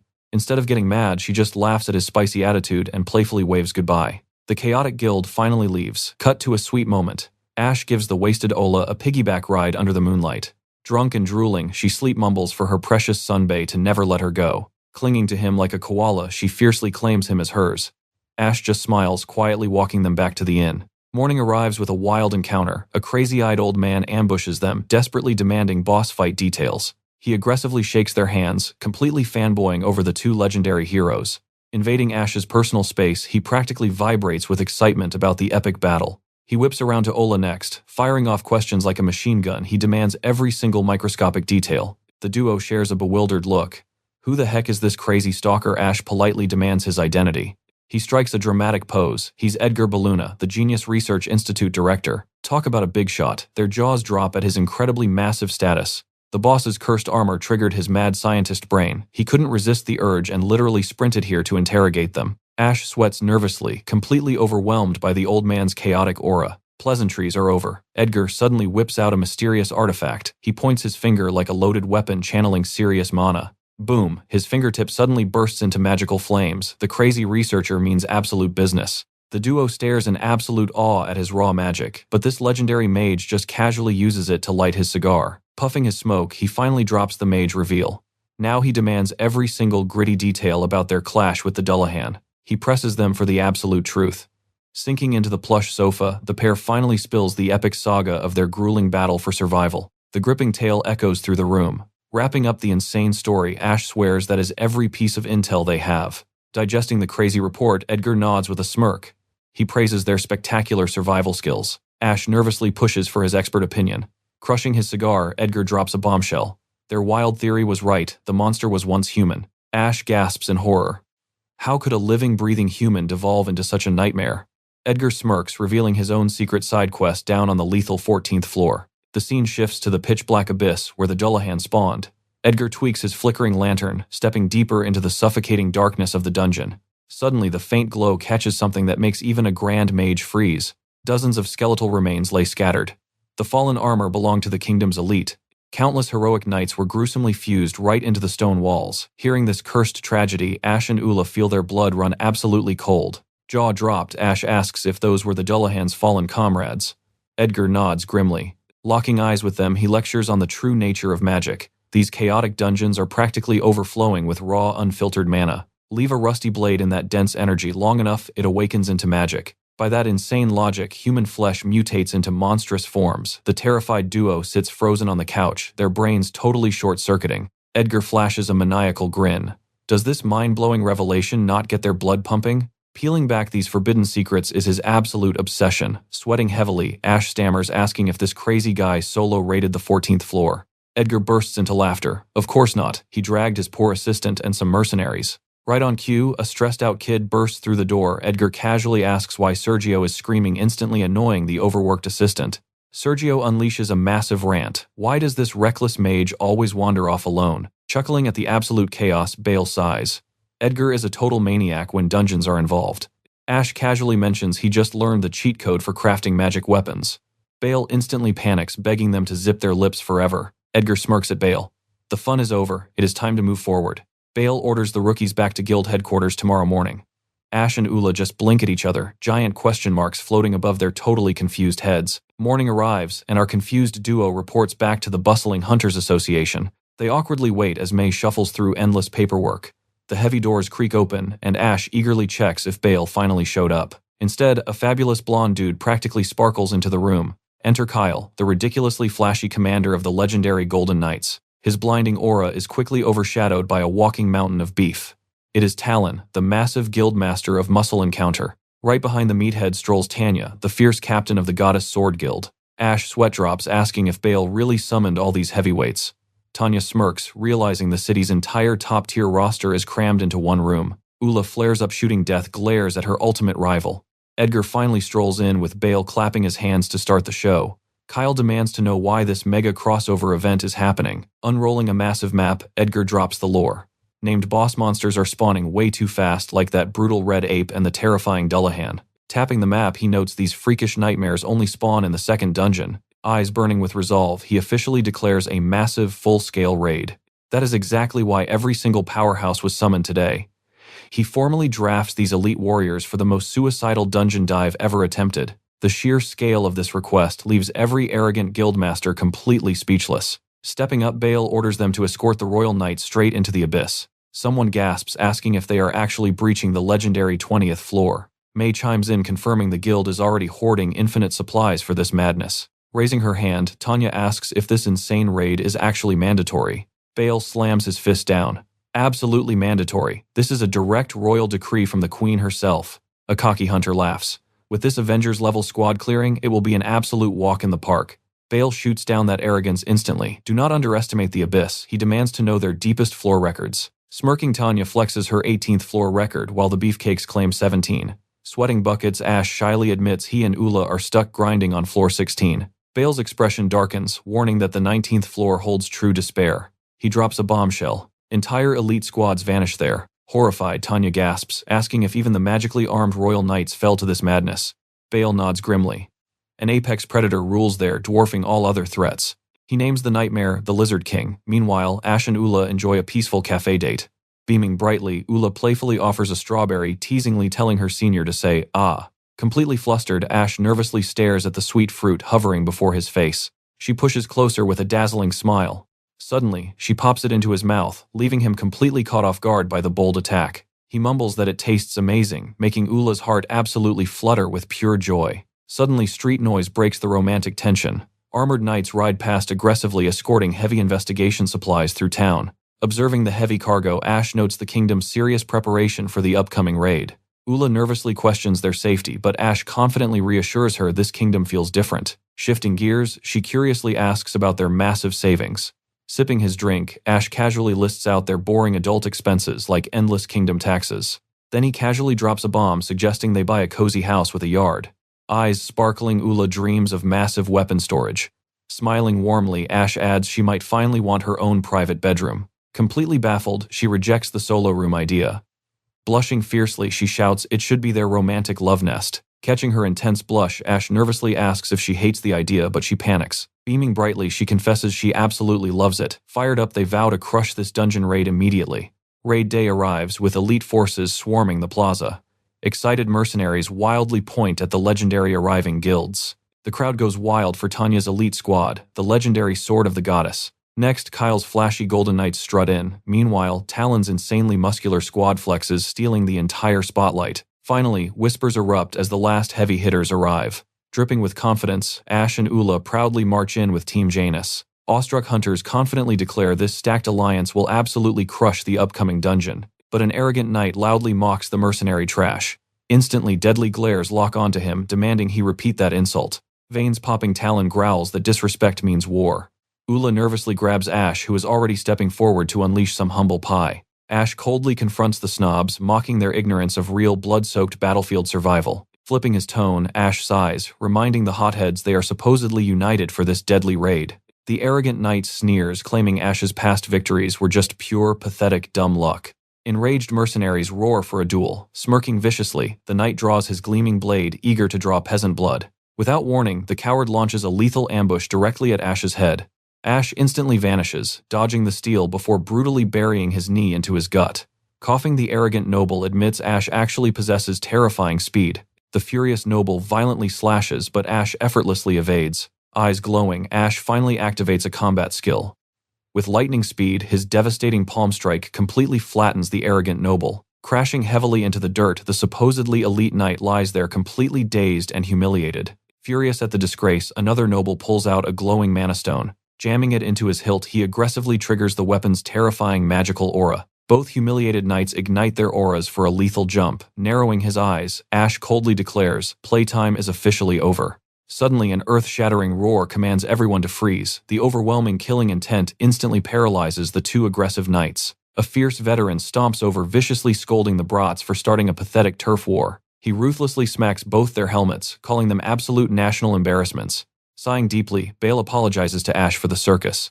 He then reveals his true identity, Marquise Roy Orlano, the Supreme Knight Captain. He is the kingdom's absolute peak strength, ranking among the legendary 10 Master Swordsmen. Shockwaves ripple through the crowd at the living legend's presence. The humble Marquis apologizes for the trashy behavior, which the awestruck hunters quickly brush off. Orlano passionately declares this dangerous expedition is the Queen's ultimate long-awaited royal decree. Blood boiling with hype, the mercenaries roar their absolute loyalty. Laughing loudly, the Marquis heavily pats Ash, praising his legendary combat instincts. With his cape billowing majestically, the veteran marches straight toward the abyss. Ash smirks, deeply respecting the old monster's aura.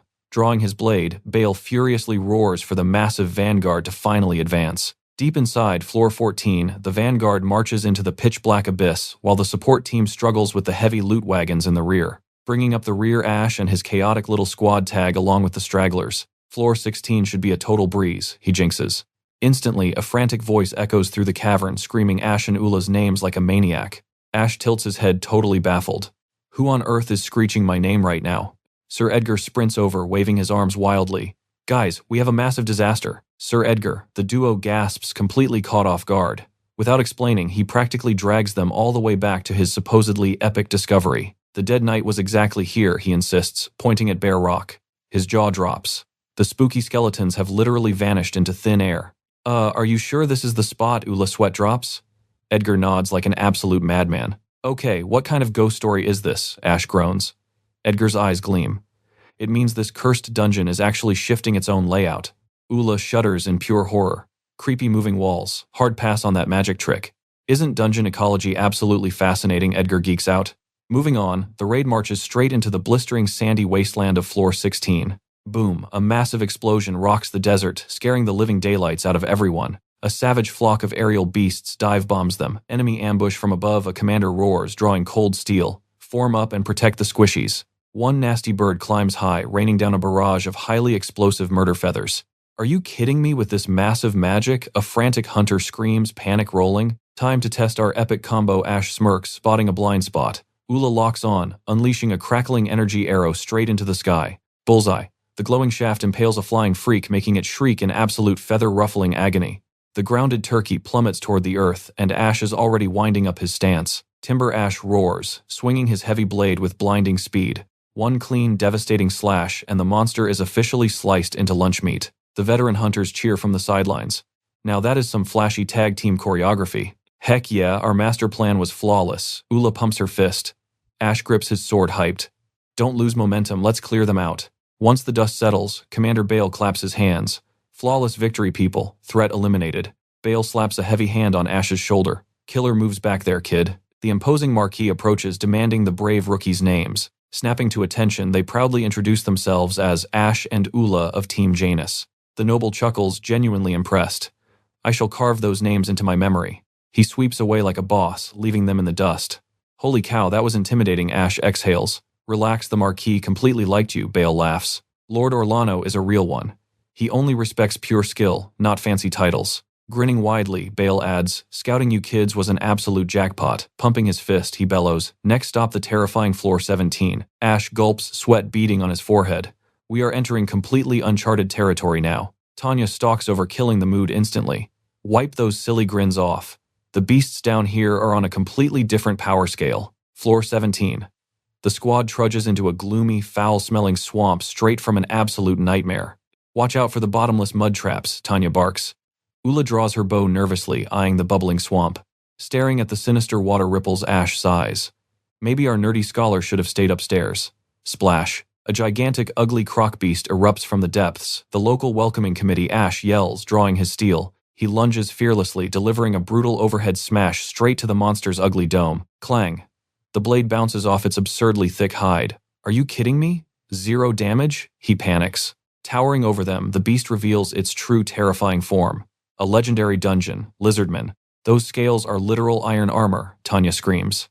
Suddenly, the beast unleashes a guttural roar echoing through the murky waters. Dozens of menacing reptilian eyes surface all around them. Oh crap, it just summoned the entire neighborhood, Ash gulps. Bale holds his ground, barking orders.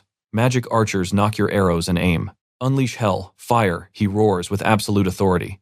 A volley of brilliant magical arrows rains down on the scaly horde. But the magic shafts just ping off their ridiculous armor like harmless little toothpicks. Even the magic attacks are doing absolutely nothing, Ash despairs. Surrounded by the advancing mutants, the raid team braces for a brutal bloodbath. These freaks are literally built like tanks, a vanguard knight, curses, sweating profusely.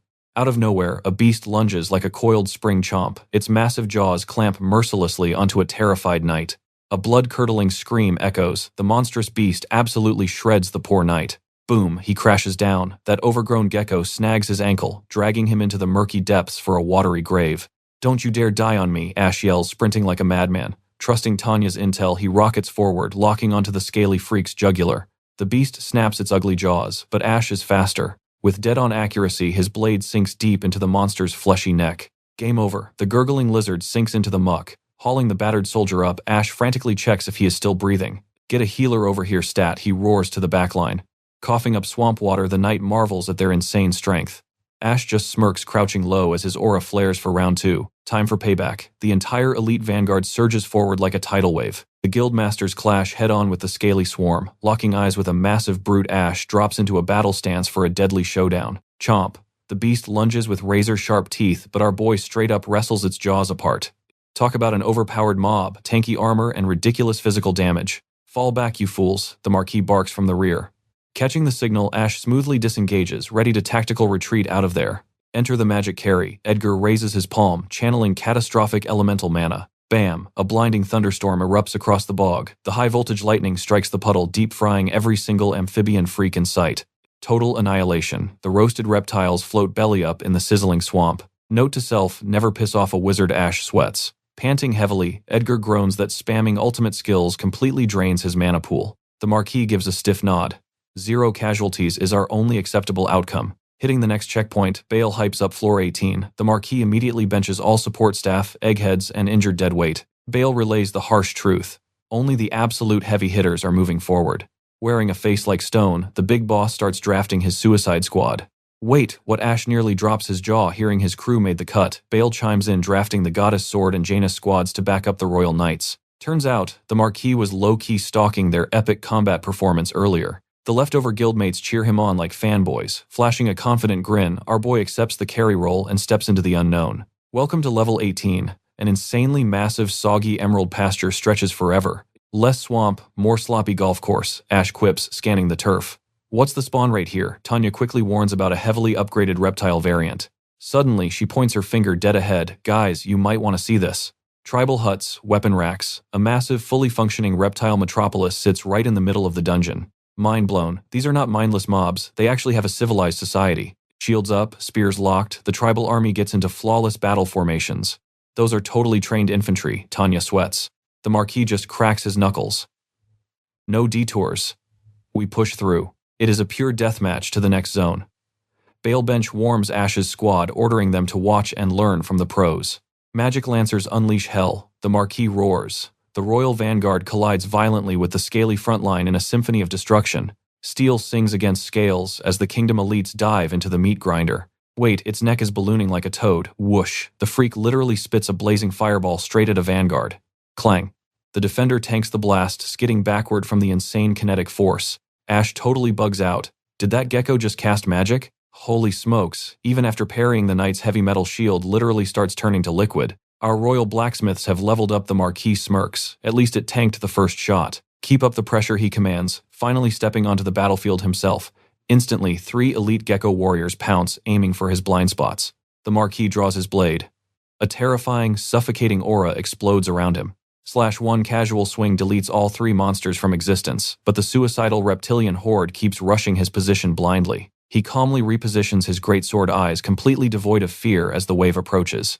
A whirlwind of pure destruction. He sweeps the entire mob away like pesky flies, sweating bullets. Ash and Ula can only gawk at his busted stats. The Supreme Swordmaster still has his edge. Tanya chuckles, completely starstruck by the display. That is one of the 10 great blades for you Bale fanboys hard. Watching this epic carry, Ash's gamer blood boils with the urge to jump in.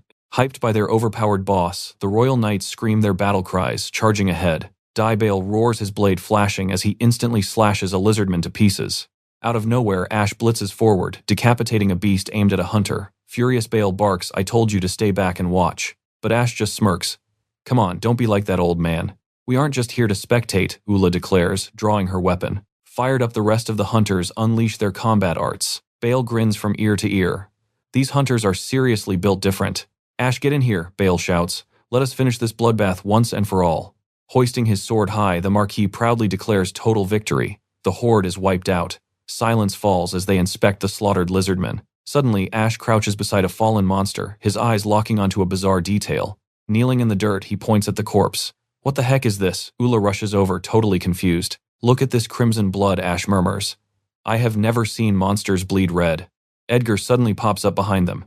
"I knew you would spot that. Normal monsters bleed toxic purple sludge," he explains with absolute glee. Plus, typical dungeon monster corpses melt into gross liquid almost instantly. But Tanya's previous sample stayed perfectly preserved. Edgar drops the bomb. "This bizarre red blood is completely toxin-free. I must unravel this mystery before I die," Edgar vows. Pushing deeper into the village, they start raiding the Lizardman camp. Inside, they discover perfectly woven grass beds right next to creepy insect grubs. They even find a full-blown blacksmithing workshop. Scanning the area, Edgar gasps. Their intelligence level is absolutely staggering. Trembling with pure nerd excitement, he geeks out over these fascinating mutated beasts. Ash and Ula burst out laughing at the crazy old researcher. Suddenly, Bale marches over wearing a dead serious expression. Shoving a stunning blade toward Ash, Bale commands, "Take this before we plunge any deeper." Ash's jaw drops. "Wait, is this the ancient magic sword?" He hesitates, but Bale insists he will desperately need it for the brutal 19th floor. The Marquis locks eyes with him. Everything so far was just a warm-up for hell. A confident smirk spreads across Ash's face. "Understood. I am born ready for this." Stepping onto floor 19, a massive green plane stretches out beneath a fake blue sky. Up ahead, a colossal Lizardman fortress looms.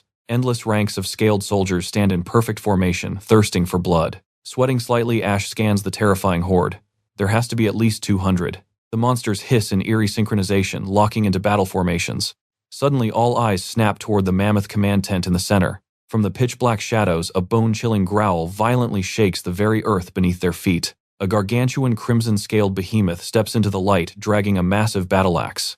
Roar. The monster's sheer killing intent suffocates the battlefield. The knights freeze in pure terror. It's the dragon-blooded Lizard King. Ash's gaze turns ice-cold. He tightens his grip, completely locked in for an epic showdown. Drawing his magic blade, a crazy grin forms.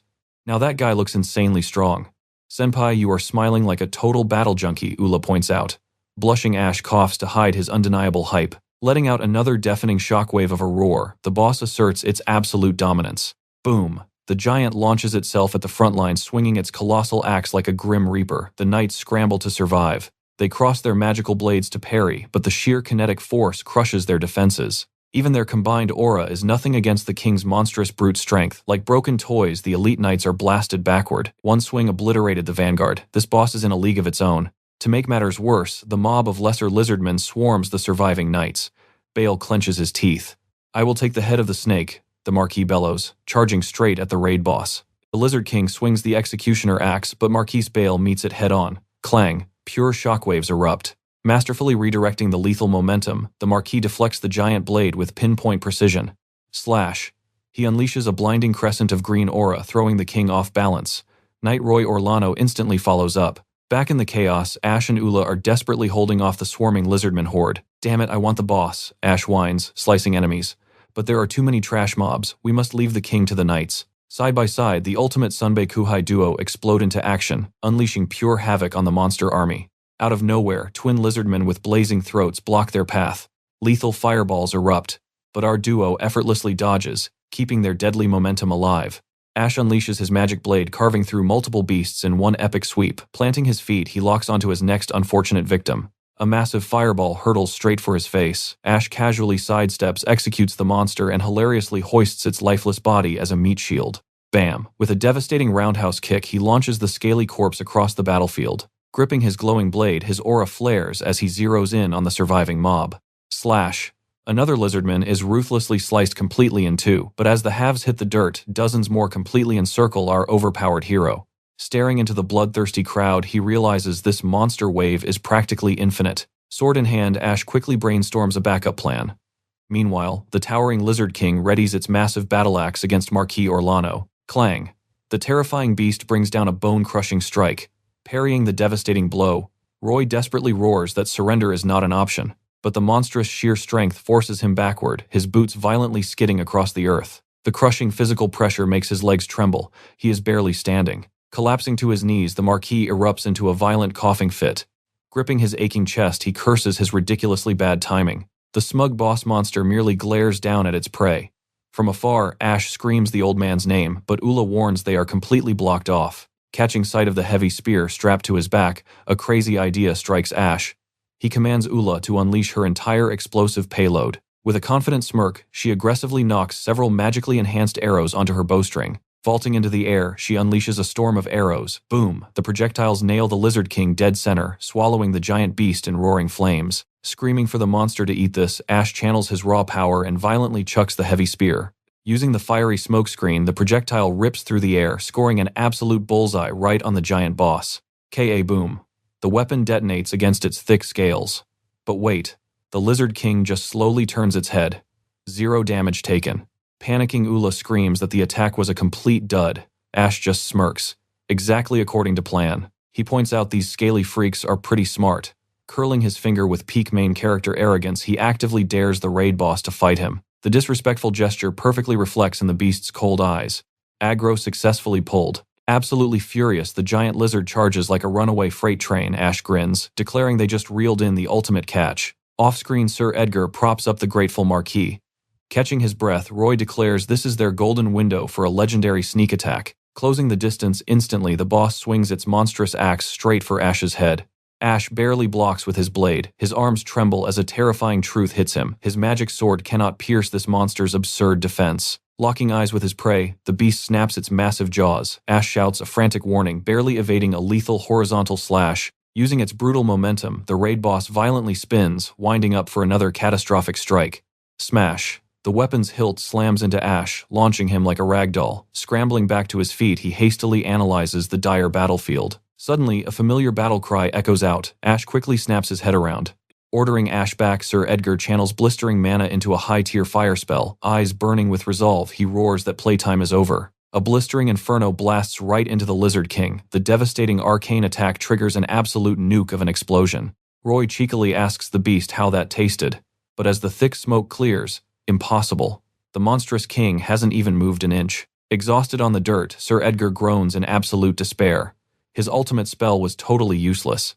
Exploiting the blind spot, Ash dramatically vaults onto the boss's massive back. Pouring every ounce of aura into his blade, he ruthlessly stabs its thick neck. Violently thrown down, Ash gets completely pinned while the giant beast unleashes a terrifying victory roar. Glancing back, absolute dread hits him.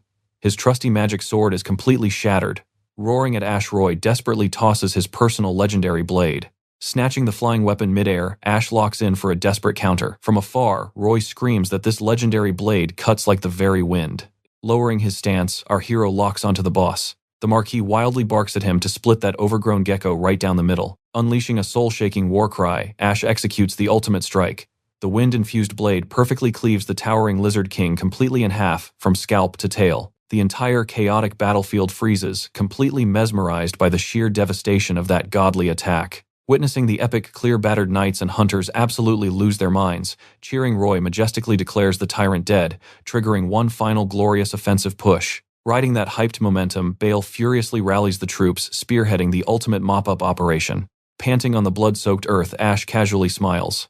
They actually wiped the entire monster wave. Suddenly, Ula hilariously tackles him in a giant hug, screaming how incredible her man is. Watching the cute fluff, Roy just chuckles, deeply envious of youthful romance. Baron Bale steps up, wondering if Ash hails from their kingdom. Marquis Roy Orlano sighs. The kid is a discharged Imperial Knight, an absolute waste of brilliant talent. Bale's jaw drops. Is the Marquis seriously planning to recruit him? Smirking, Roy reveals his grand master plan. He is going to adopt the boy and drag him into the Order. Utterly baffled, Bale asks if he would seriously go to such crazy lengths, just for Ash. The Marquis chuckles, understanding the complex balance of power. He will not force the kid's hand. However, he knows one undeniable truth. Absolute talent will always claw its way to the top. Meanwhile, Sergio sprints toward Sir Edgar, breathless with crazy news from the living quarters. Arriving on the scene, the entire team stares in pure disbelief. Sitting right there is a nest holding 3 massive lizard eggs, mind blown. Sergio points out that lizardmen actually lay eggs, totally breaking standard monster logic. Until now, everyone thought dungeon monsters just naturally spawned out of thin air. Sir Edgar analyzes the bizarre sight. This discovery could literally rewrite history. Back at the main camp, Roy commands everyone to treat the wounded first. Striding over, Ash casually taps the Marquis for a quick chat. Tossing the borrowed sword back, Ash gives his thanks. That legendary blade totally saved his hide. Roy praises the epic strike, but Ash raises a sharp eyebrow. He definitely saw the old man clutching his chest earlier. Sighing heavily, Roy confesses he has a faulty heart that leaves him completely paralyzed sometimes. He chuckles at the irony of a sick captain, but Ash immediately scolds his careless attitude. Plunking down next to the Marquis, Ash grabs a healing potion, nodding his thanks to the person handing it over. Roy suddenly asks if Ash holds a grudge against nobles. Ash bluntly confirms his messy past. Smirking, Roy warns that his heroic deeds will soon spark a massive tsunami of marriage proposals. Gulping down the potion, Ash pauses as the Marquis turns dead serious, needing to confirm one crucial detail. Staring intensely, Roy drops the ultimate question. Does Ash want to be a high-class noble or a monster hunter? The heavy question hangs in the air as Ash silently stares back. Finally breaking the tension, Ash admits he fully grasps the massive honor behind this incredible offer. Flashing back to Ula, he gently smiles and reveals his heart is already taken. He could never stomach a forced political marriage arranged by an old guy. Roy raises an eyebrow. Does he really stand by that bold choice, especially since this kingdom allows polygamy? Briefly remembering Rafi, Ash firmly shakes his head. He would much rather dodge a totally loveless marriage. Changing gears, the Marquis asks what about becoming a noble through his own merit. Ash bursts into laughter. He is definitely built for swinging swords, not playing boring political games. Respecting the bold rejection, Roy simply nods in agreement, leaving Ash blinking in absolute shock. He declares he refuses to let such an absolute powerhouse get swallowed by noble politics. He then casually tosses Ash a dagger engraved with his prestigious family crest. This shiny blade is absolute proof of House Orlano's ironclad protection. Catching Ash's hesitant look, Roy orders him to take it as a solid thank you for his epic carry. Gripping the old man's hand, Ash accepts the noble token, promising to fully live up to expectations. Deep below, the raid party marches down the gloomy stairs, finally hitting the notorious 20th floor. Stepping up to a massive, ominous door, they brace themselves to push forward. Pushing inside, Bale shivers at the pitch-black void. This eerie, isolated place does not even have a fake sky. Squinting at the stone walls, Ash spots a bizarre, glowing script completely different from the standard continental alphabet he knows. Suddenly, a nerdy young scholar scampers over to inspect the glowing carvings. Adjusting her glasses, she gasps, identifying it as an incredibly rare ancient text. Ash tilts his head. Is this straight out of the age of fairy tales and forgotten gods? Scribbling furiously, she declares this is hard proof that an ancient super-civilization actually existed. But when Ash excitedly asks for a translation, she awkwardly sweats and admits she cannot read a single word. Leaving the party totally dumbfounded, she confesses the language is completely undeciphered. Chuckling, Ash asks if geeking out over lost civilizations is why she chose the scholar life. But without warning, crack. The fragile stone floor right beneath her boots suddenly shatters entirely. The ground completely caves in. The clumsy scholar plunges straight into the pitch-black abyss below. Terrified out of her mind, she screams for somebody to save her. Roaring her name, Ash launches himself off the edge, diving to shove her away from the falling debris. Tumbling through the void, they crash violently onto the rubble. Groaning in the dust, Ash quickly checks if she is hurt. Shaking, she tearfully thanks the hero for shielding her. Hearing panicked shouts from above, Ash roars back that they survived the fall. Glancing at the bizarre metallic structure around them, he realizes they are trapped completely between the dungeon floors. Peering over the crumbling ledge, a panicked Sir Edgar desperately yells down, asking if his favorite swordsman is safe. Shouting up the hole, the scholar squeals that they just crashed into a giant artifact. Sir Edgar instantly rappels down the rope as she points at the glowing monolith. Reunited in the dark, the trio stares up at the colossal, otherworldly machine. Ash assumes it is just another magical tool, but the director immediately shuts that theory down. Smiling confidently, Sir Edgar steps right up and instantly activates the strange ancient mechanism. Up on the 20th floor, the entire dungeon begins to violently tremble. A blinding flash of light erupts out of nowhere, completely startling Bale, Roy, and Olria. As the blinding light finally fades, their jaws hit the floor. The dungeon is gone, replaced by an insanely massive modern room. Down below, Sir Edgar realizes the strange artifact was actually a hidden transport device. Looking around the weirdly modern architecture, Ash mutters that this literally looks like a movie theater entrance. Right before their eyes, a glowing panel revealed bizarre animal drawings and ancient cryptic runes. He taps the screen, gasping as the images spring to life. His hand passes right through the magical projection. Absolute sorcery. This artwork feels incredibly off, and Ula squints at the creepily smiling animals. Ash points at the glowing box while Edgar geeks out over its function. This ancient energy source actually lit up the entire floor. Eyes burning with absolute certainty, the scholar declares his legendary hypothesis is officially proven. The big reveal drops. These chaotic dungeons, they are absolutely not natural phenomena. They are artificial facilities built by an ancient civilization. He recounts the old myth divine beings and their servants forging a peaceful world. But peace never lasts. A terrifying monster of absolute calamity suddenly emerged to destroy everything. The servants fought back with legendary magic swords, but were completely and utterly crushed. With no other choice, the divine beings sacrificed their very lives to seal the ultimate evil. Their overwhelming power shattered into starlight, raining down upon the earth. From those divine sparks, the very first humans were miraculously born. Wrapping up his dramatic lore drop, the scholar claims this is humanity's true origin story.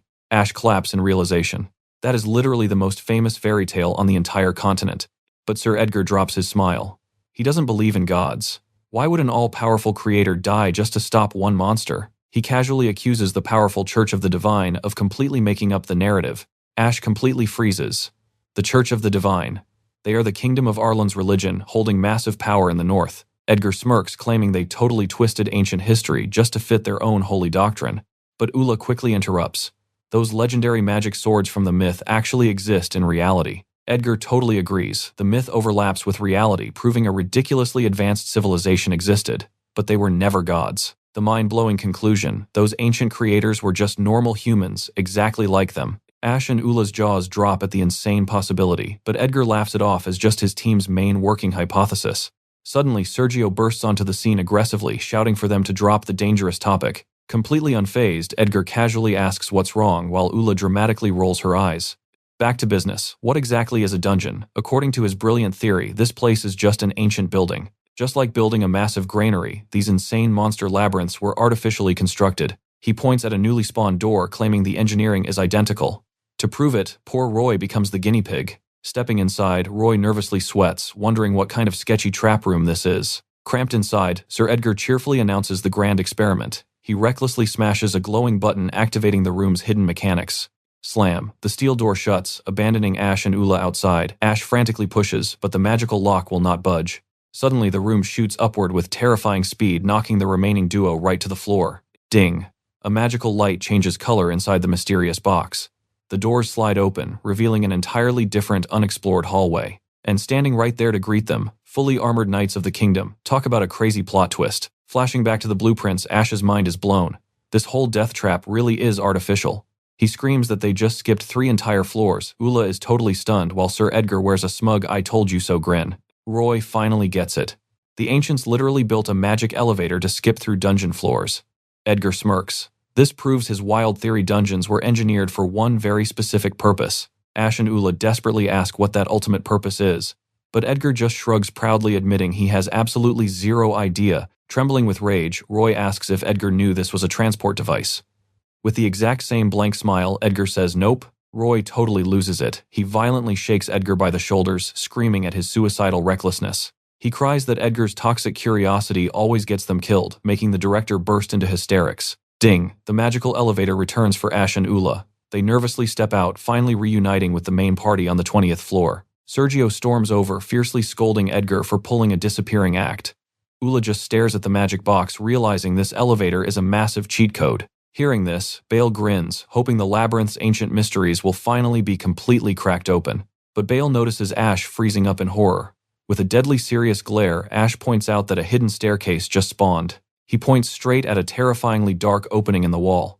The stone had literally shifted, revealing an ominous path plunging deeper into the abyss. Ash points to the elevator, but Edgar quickly shoots that lazy idea down. He explains the third button is totally dead. His guess, the ancient artifact just lacks the juice to power the lower levels. Bale sighs, realizing they'll have to rely on their own 2 feet to descend. He warns Ash to stay sharp. The deeper they go, the more terrifying the monsters waiting in the shadows will be. By morning, Ash and Ula realize the local Lizardmen have completely ghosted them. Talon scratches his head, noting the respawn timer is definitely overdue. Ash stays dead silent, letting Kyle and Tanya scan the eerie emptiness. Flashback to last night's camp, where Sir Edgar handed them a super specific mission. He needed Ash to scout the 19th floor's Lizardmen. Bingo, Edgar's hunch was spot on. The system's usual monster respawn was completely broken. Snapping back to reality, Ash racks his brain for answers. Kyle chimes in, suggesting they push forward to floor 18. Hitting the lower level, they find an absolute ghost town. 0 monsters in sight. Ash mutters, this is totally unprecedented.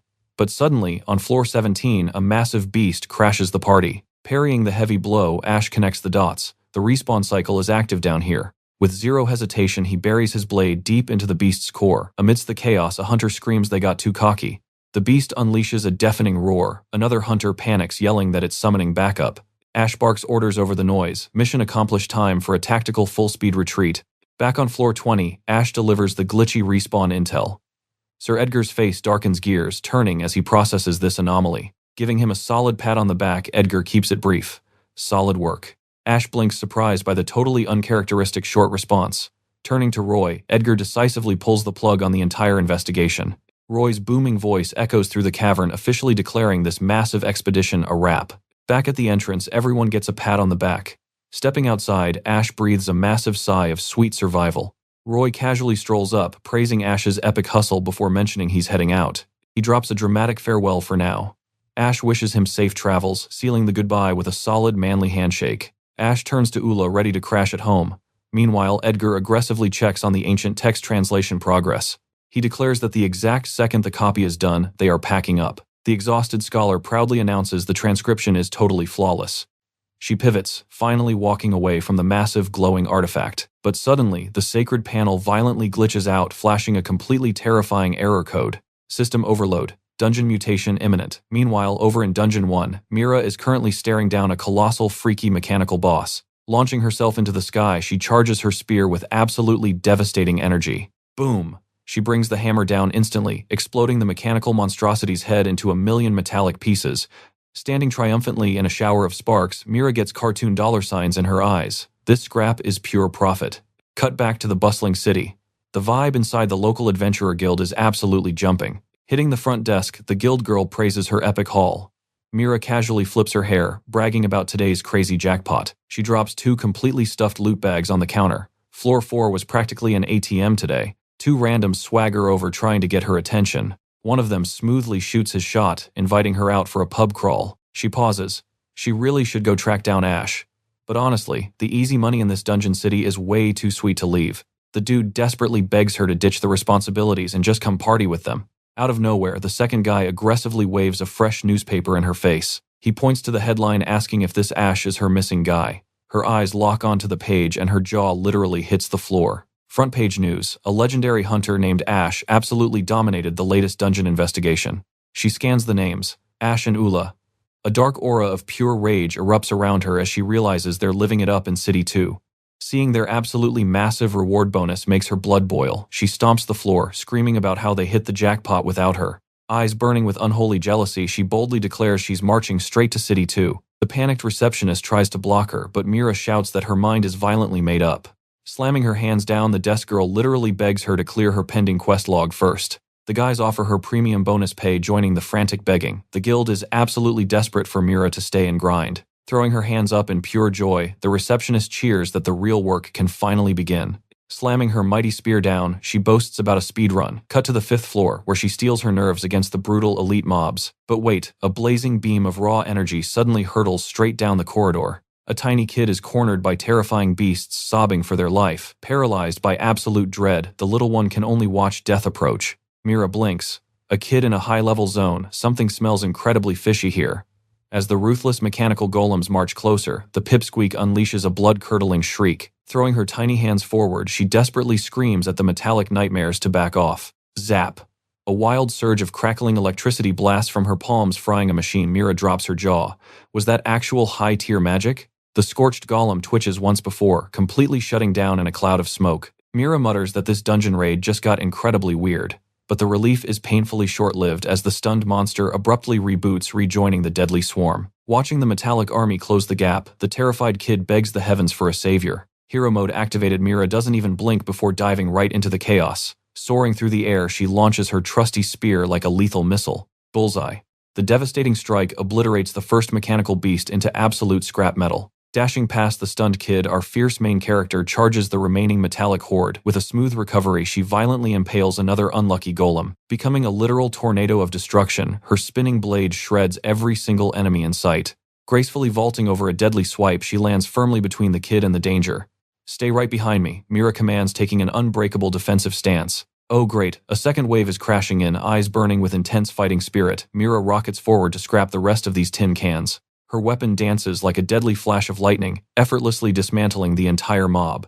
Starstruck, the kid gasps at this ridiculous display of overpowered martial arts.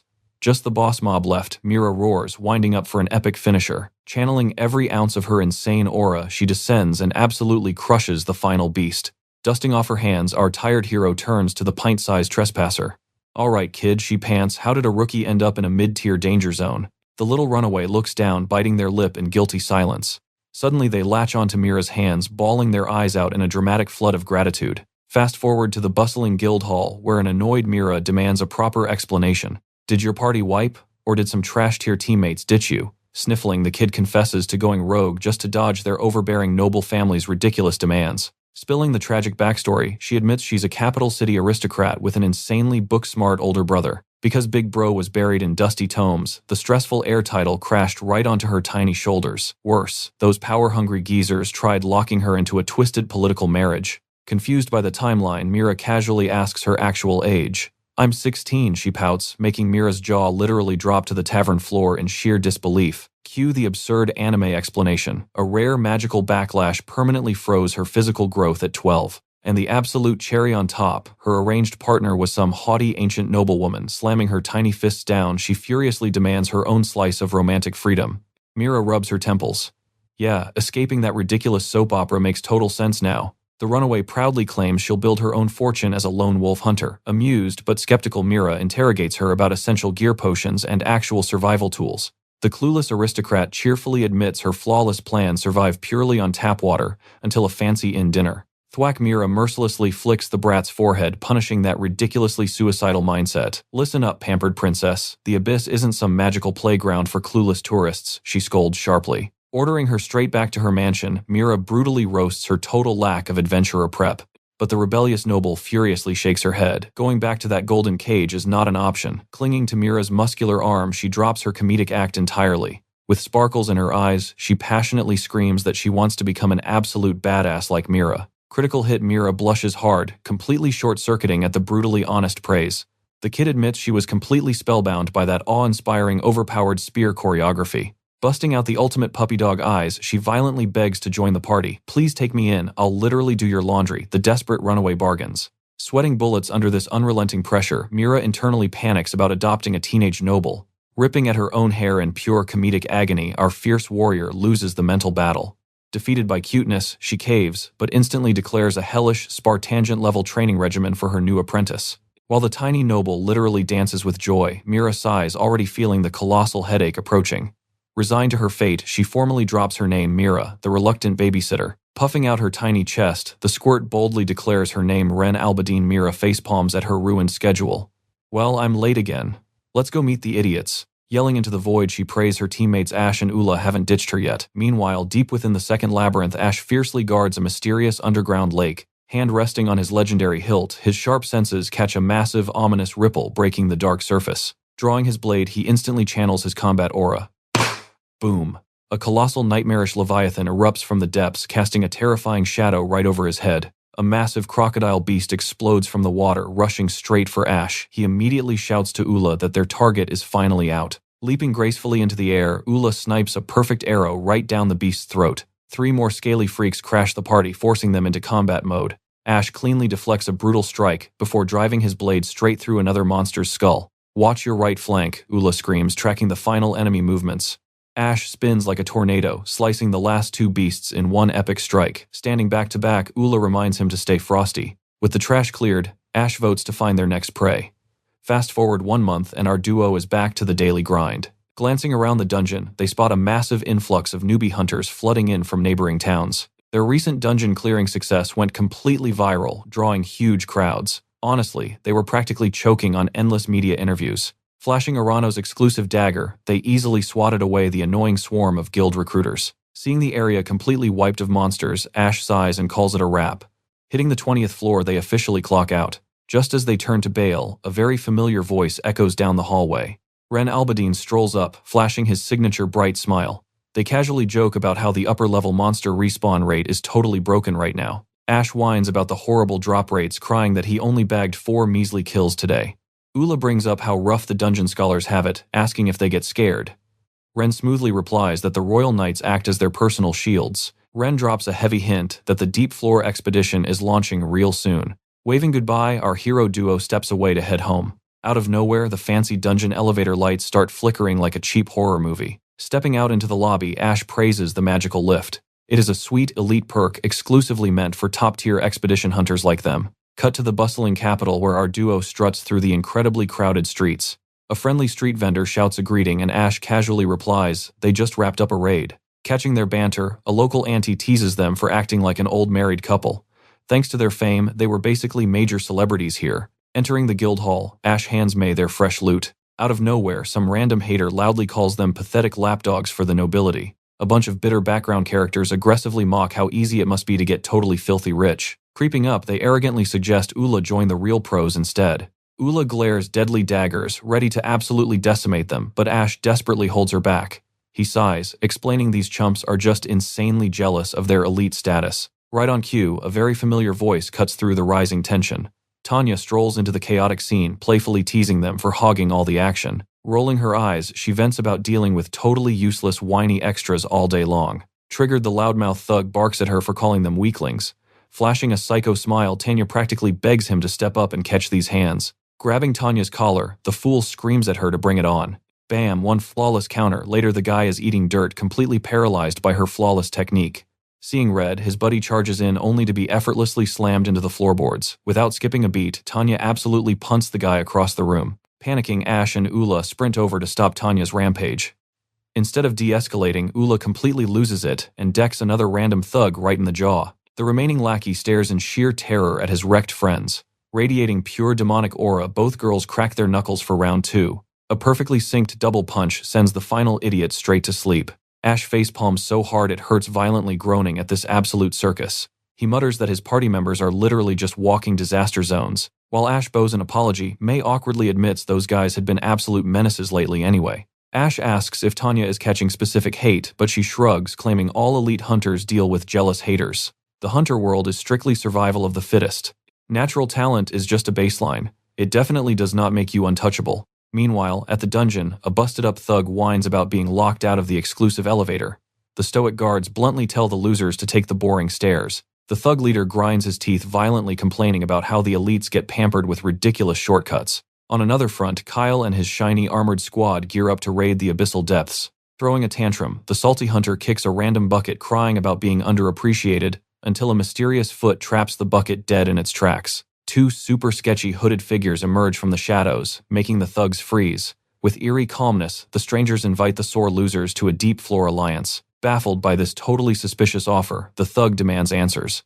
The dark figures softly explain a secret loophole for parties passing floor 20. Blinded by sheer greed and fragile egos, the absolute fools quickly swallow the bait. Flashing a sinister grin, the thug happily accepts their super shady deal. The shadowy figures declare sealing the contract. Down on floor 13, a bony welcome party of skeleton warriors clatters toward them. Ash whispers a genius stealth plan. But boom, a squad of ridiculously loud rookies stomps right past, ruining his perfectly good ambush. Dibs on the loot, the hot-headed hunters scream, charging the undead mobs like absolute maniacs without a single thought. They blindly spam their attack skills. Sweat dropping in the bushes, Ash and Ula just stand there awkwardly, totally robbed of their epic battle. Later at the guild, Ash sighs. Man, these out-of-town newbies seriously lack basic dungeon etiquette. Approaching the entrance, they hear absolute chaos. Inside, a frantic mob of hunters is gearing up for an emergency rescue operation. What is with all the drama? Spotting Talon and his teammate in the crowd, our duo casually strolls over for the latest gossip. Talon drops the heavy news. A hunter corpse just spawned on floor 14. Ash shakes his head. Classic mistake. These arrogant rookies keep underestimating the mid-tier dungeon mobs, and it costs them everything. Talon scoffs, calling it instant karma for those troublemakers. Check this out, he mutters, sliding over a grim sketch of the discovered victim. Ash blinks. Wait, that armor. It is the exact loudmouth from yesterday's skeleton killsteal. Talon nods grimly. Yep, the very same jerks who threw a massive lobby tantrum earlier.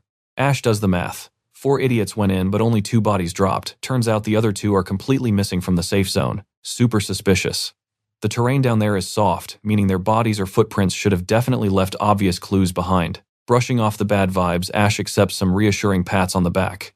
Bidding the crew farewell, our heroes finally decide to head home. Plot twist: receptionist May suddenly flags them down.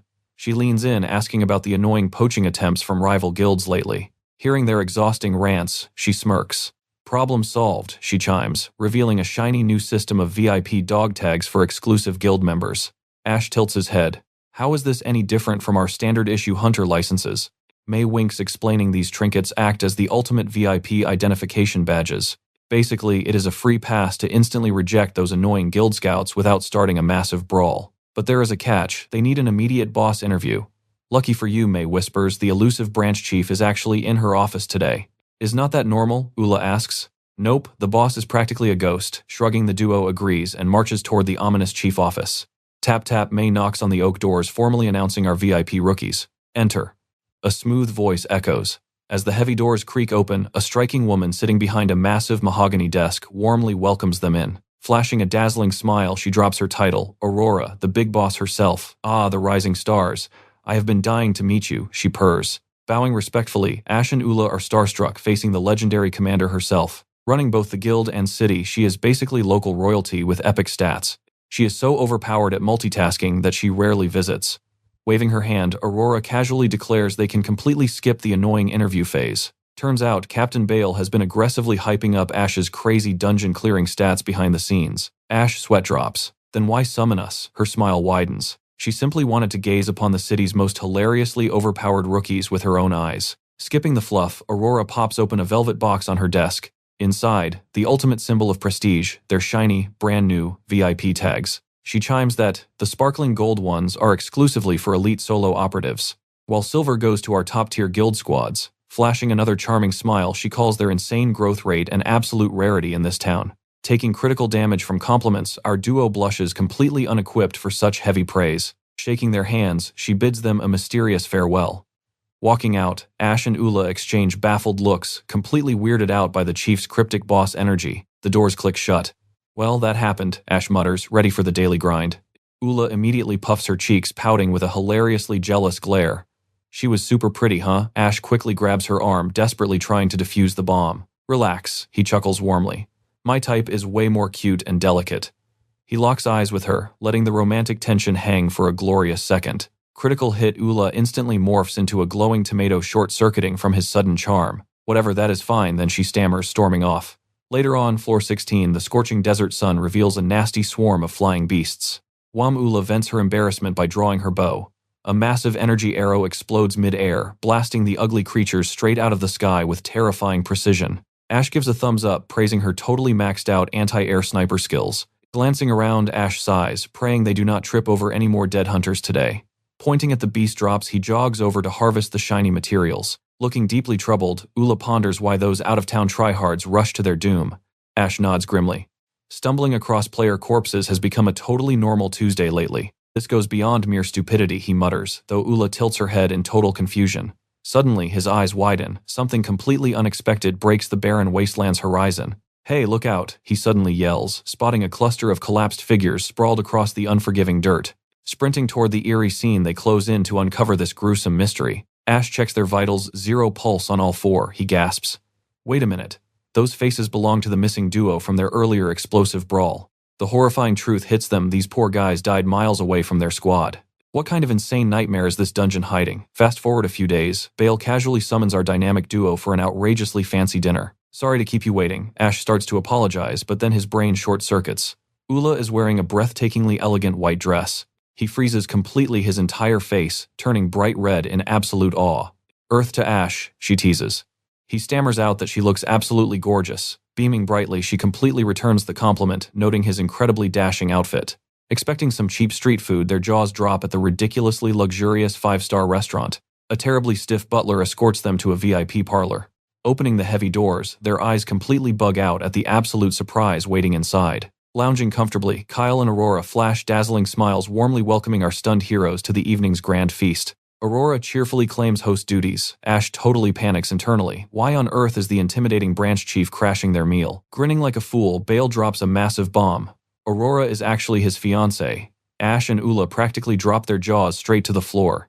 The pieces instantly click. That entirely explains how she already knew their chaotic background story. Pouting playfully, Aurora admits Bale fanboys over Ash so much, she gets a tiny bit jealous. Laughing heartily, Bale raises his glass to kick off the epic feast. Between bites, Bale casually drops some heavy lore. He actually grew up in a gritty local orphanage. Mind blown, Ash praises his crazy climb to Division Chief. Bale modestly credits his dad, who headhunted Aurora for her absolute genius at handling those snooty nobles. Mixing business with extreme romance, Bale proudly smirks, bragging that he bravely popped the big question first. Blushing at the sweetness, our duo declares them a total power couple. Curiously, Ula wonders if dealing with the Wild Association guild members ever becomes a massive headache. Aurora sighs, heavily admitting those arrogant out-of-town hunters are causing some seriously nasty headaches lately. Nodding darkly, Ash brings up those bizarre dungeon fatalities. Are rookies seriously foolish enough to wander into those deadly lower floors without a shred of fear? Bale rubs his chin, deeply troubled by the absolute chaos brewing inside that labyrinth. I am deploying extra nights tomorrow, he declares firmly. Later, stepping into the cool night air, Bale suspiciously yanks Ash aside for a super-secret bro chat. Whispering slyly, he confirms he pulled strings at a premium jeweler for Ash's extremely confidential request. Did you snag her ring size? Bale winks. Ash aggressively nods. Meanwhile, the girls dramatically cross their arms, totally annoyed by their highly suspicious whispering club. Sensing the secrets, Aurora smoothly invites Ula for an exclusive girls-only shopping spree very soon. Morning strikes, Ash bravely leads the charge back down into the abyss. Whoa, this third floor is practically turning into a crowded tourist trap, he jokes. Ula gasps. People have literally built spicy food stalls and noisy blacksmith forges completely underground. Ash smirks wickedly. Rumor has it there is even a brothel. Ula brutally twists his ear, demanding to know if those nerdy scholars are hiding in there too. Ow, ow, no, the researchers get fancy luxury inns. They are way too important, he whines. Hitting floor 9, the horrible foot traffic is laughable. By floor 10, the vibe shifts darkly. A frantic guild party is desperately patching up a bleeding teammate. Pushing deeper to the terrifying 16th floor, another motionless figure chillingly blocks their path. Creeping closer, the horrible reality drops another lifeless victim. Scanning the grim scene, a massive, supposedly fatal chest wound practically screams for their immediate attention. A monster attack, Ula guesses nervously.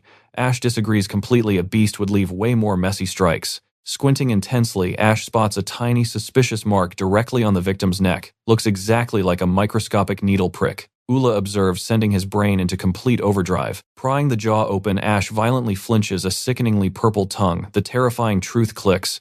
That bloody chest wound was nothing but a cheap theatrical decoy. During an urgent meeting, they propose a terrifying new theory: deliberate cold-blooded poisoning. Ash completely nerds out, identifying the deadly purple moonflower toxin. Kyle looks incredibly impressed by his massive brain, but Ash humbly admits he tragically witnessed a matching crime before. Bale's expression darkens instantly. That incredibly rare floral nightmare is heavily banned across the entire kingdom. Eyes practically glowing with determination, Ash declares this wasn't mere bad luck, it was absolute murder. The entire room collectively gasps, completely paralyzed by the horrifying accusation. Slamming her fist down, a furious Tanya roars that a terrifying man-eater is hunting below. A what now? Ash blinks in total confusion. Talon grimly explains it's nasty slang for a hunter-killing bandit. Kyle darkly adds the lawless dungeon is a perfect murderer's playground. He grimly points out that this utterly terrifying logic perfectly matches those mysterious lower-level fatalities. Hold on. May objects sharply. These weird killers didn't loot a single piece of gear. Ash narrows his eyes, questioning if this poor guy was their only true prey. May warns this mysterious psycho might just be hunting victims for pure, twisted entertainment. Ash nods, ready for action, seizing the moment Bale drops a heavy quest. With dead serious eyes, he begs our dynamic duo to guard the dark dungeon. The night roster is pitifully empty right now. Sweating Bale swears he trusts them completely, bribing them with a massive stack of shiny association gold. Grinning like a true protagonist, Ash accepts the incredibly lucrative side quest. The peanut gallery beams with immense pride. Relieved Bale and May shower our heroes with dramatic praise for carrying this absolutely chaotic murder investigation. Talon chimes in casually asking if they have permission to totally obliterate the culprit on sight. Sweating bullets, Bale admits they have absolutely zero intel on the enemy's power level. The comedic mood vanishes instantly. Talon and Kyle gear up for pure danger. Meanwhile, Ash mentally prepares to clash with this terrifying, shadowy serial killer. Later, Ash finally spots the extremely fancy jewelry shop Bale hyped up. Staring at the glittering window, his wallet suddenly cries in fear. Stepping inside, he awkwardly remembers that magical romantic trope of gifting cute bracelets. Marching to the sparkling counter, the cheerful clerk instantly recognizes the famous lord. She smoothly guesses he is shopping for a lucky lady. Staring at the shiny loot, he plans a completely epic romantic confession for Ula. Probing for gossip, the clerk asks how serious they are, making our hero panic. She then casually drops a massive bombshell, Red Ruby's mean marriage. Ash totally short-circuits his face, turning redder than the giant gemstone itself. Swallowing his nerves, he bravely buys the legendary romantic item. Cut to the gloomy dungeon, where our duo gears up for action. Greeting the armored guards, he cheerfully announces his heroic return. Thanks to Bale's desperate plea, they are basically babysitting the entire Royal Knight squad today. After some polite salutes, Ash casually checks if any crazy dungeon monsters spawned lately. The guard reports absolute boring peace, earning a relaxed nod from our mighty protagonist. A knight totally fangirls over Ash's amazing assistance. But wait, a chilling noise echoes from the darkness, instantly freezing everyone in their absolute tracks. Two frantic hunters sprint out of the gloomy shadows, screaming wildly for backup.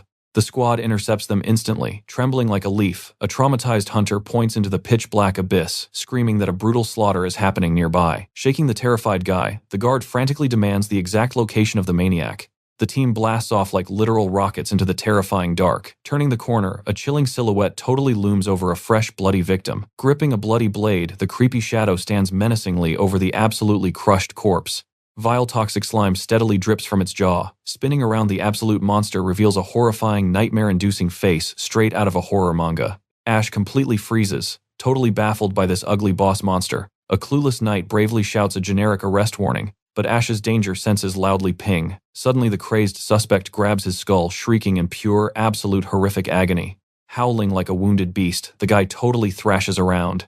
Sweating nervously, the completely confused knight watches this bizarre, dramatic physical breakdown unfold. Boom! The maniac launches himself like a cannonball, wildly swinging his deadly blade. Clang! The guard miraculously blocks the fatal strike, but the sheer ridiculous kinetic impact sends him rocketing backward, crashing brutally into the hard stone floor. Ash drops his jaw in pure shock. The monster slowly turns his terrifying gaze, leaving our hero absolutely speechless at this insane, unnatural brute force. The guy looked completely scrawny, yet he basically swatted a heavy knight like a fly. Roaring madly, the lunatic suddenly dives at the protagonist. Ash swiftly raises his trusty blade, blocking the heavy strike with epic, flawless timing. Gritting his teeth against the heavy pressure, Ash questions this broken power scaling. Ula aggressively aims her weapon, but Ash orders her to wait. Parrying the wild swings, Ash totally realizes this guy possesses absolute zero martial arts skill. The mindless zombie just keeps randomly slashing with pure rage. Reading those empty, crazed eyes, Ash realizes someone else is totally pulling the strings. Sidestepping smoothly, our agile hero elegantly vaults right over the berserker. The stunned zombie clumsily spins around, totally losing track of the speed. Bam! Ash delivers a absolutely devastating comic-style knee strike right to his face. The villain completely faceplants, instantly knocked out cold. Staring at the defeated foe, Ash rubs his neck, totally bewildered by this entire chaotic, random encounter. While the guards tightly hogtie the psycho, Ash stares blankly, utterly confused by everything. A random guard cheerfully suggests an intense interrogation back at base, but suddenly a terrifying shadow creeping up from behind makes the poor guy completely freeze. The supposedly innocent survivor slowly rises weirdly, mumbling apologies. Ash and the guards slowly turn around, absolute dread totally washing over their shocked faces. Grabbing his skull, this new guy totally goes berserk too. Ash violently blocks another punch, realizing this terrifying zombie virus has instantly infected another host. Completely done with this absolute nonsense, Ula angrily screams at everyone. Wham! She delivers a flawlessly timed, spectacularly brutal flying kick straight into the new lunatic. The poor guy totally rockets backward, hitting the floor completely unconscious. Dusting her hands with a smug smirk, Ula proudly declares the ridiculous chaos finally handled. Come morning, the totally captured zombie furiously swears his memory is completely blank. Sweating bullets under the night's glare, he swears he remembers entering the dungeon. Voice cracking, he cries that he'd never backstab his decade-long bro. Peeking through the glass, Ash and Ula watch the sweaty interrogation unfold. The knight salutes Bale, confirming the suspects are completely clean of poison. Sighing heavily, Bale mutters that suspect number 2 has total amnesia too. Scratching his head, Ash groans that this plot is full of holes. Ula squints, wondering why the villain is suddenly crashing the dungeon party now. She points out that before this, they only ever found next-day victims. The second the night's clock and suspects magically pop up like NPCs, Ash smirks, betting the mastermind actually wants their messy crimes to be found. Bale rubs his chin, guessing a puppet master is brainwashing innocent hunters. Ash whistles at the big brain strat, noting it definitely isn't about the gold. Bale drops lore, revealing the Rosebell kingdom has a massive target on its back. Ash blinks. Are they trying to crash the entire kingdom's economy? Tapping the map, Bale names Arlon as their absolute biggest hater. Fueled by divine faith, the kingdom of Arlon sees Rosebell as the ultimate raid boss. Ash deadpans that one measly flower isn't enough to accuse an entire nation. Eyes turning dead serious, Bale declares this is a full-scale war on Rosebell. He sighs that security is tight, yet 0 suspects are on the logs. Ula guesses the villain is camping in the dungeon, but Ash groans that the empty guest logs just make this puzzle even more annoying. Bale suggests tagging in Marquise Orlano for this headache. Days drag on and the investigation hits a massive, frustrating brick wall. Stomping through the dungeon, Ash whines about their absolute 0 drop rate on clues. Bam! A super suspicious, alluring woman suddenly slides up to a random hunter. She whispers a shady but tempting deal right there in the dungeon. Smelling trouble, Ash and Ula instantly crash the party. The woman flashes photos of the exact guys who brawled and got busted earlier. She spills the tea. Those guys were targeted by a sneaky dungeon duo too. She describes a young, mega-suspicious couple. Jaws dropping, Ash and Ula lock eyes. They finally scored an epic clue to crack the case. Flipping his desk, Bale realizes they totally missed a massive investigative blind spot. The hunter logs and the red light district records are kept in totally different systems. Ash snaps his fingers. A sneaky pro could easily cosplay as a normal hunter. Bale facepalms, realizing they foolishly assumed the boss was a brawler. Flashing a smug grin, Ash cheers that the plot is finally moving forward. Eyes burning with determination, Bale gears up to launch their ultimate trap. Outside, heavy armored knights lock down the spicy southern entertainment district. Bale briefs them that the shady dungeon escorts spawn right from this very zone. A knight skids to a halt, roaring that the strike team is ready. With a booming battle cry, Bale commands the full-scale sweep. Watching the chaos, Ula sweats, wondering if this raid will actually catch the villain. Looking unusually serious, Ash taps Ula on the shoulder. He reminds her of Bale's theory. The bad guys want to completely crash the dungeon runs. Ula tilts her head. Ganking a few low-level hunters wouldn't cause that much damage, right? Ash nods furiously. Why ignore the high-ranking VIPs if they want real chaos? Then it hits him like a truck, eyes bulging in pure horror. Ash screams that the true targets are the squishy scholars. Waving his arms, he panics. The scholars are the big brains carrying this entire kingdom. Ula counters that the nerds have elite night guards, but Ash's jaw drops. The dungeon murders were just a flashy decoy to pull aggro. The horrible truth clicks. Raiding the red light district was exactly what the enemy wanted. Clutching his head, he screams. They just walked blindly into a massive trap. Kaboom! A deafening explosion totally rocks the southern district. Panicking at the massive fireball, knights are immediately ordered to rush into the chaos. Ash screams his lungs out. It is all a giant smokescreen. He grabs Ula, yelling they have to sprint to the central zone right now. Sprinting for their lives, Ula sweats over Ren, but Ash swears he will bag the villains alive. Gritting his teeth, Ash connects the dots. It is a scholar kidnapping plot. Those geeks literally hold the server wiki for all dungeon knowledge. Ula gasps in horror. Losing that data would instantly game over the entire kingdom.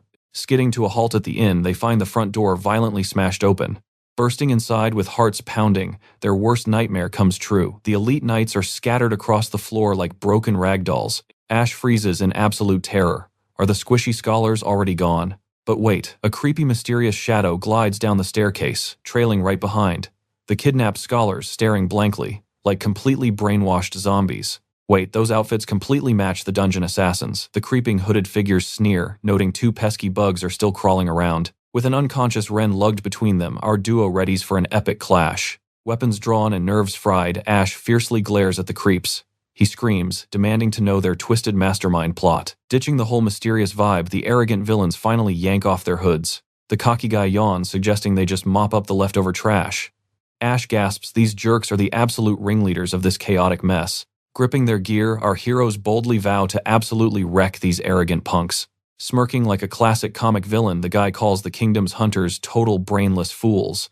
Then, grinning creepily, he promises a violently entertaining magic show. Bam, a blinding flash of flashy magic instantly blasts Ash square in the face. Boom, his entire nervous system crashes. Collapsing like a sack of potatoes, Ash desperately fights the spinning dizziness to stay completely conscious. How was my spectacular spell, the villain mocks. Ash just groans, clutching his painfully ringing skull from that absolutely cheap shot. Fighting the brutal migraine, he wildly turns, checking if Ula survived the blast. Trembling uncontrollably, her brain is completely scrambled too. Flicking his wrist like an evil hypnotist, the villain commands the dazed girl forward.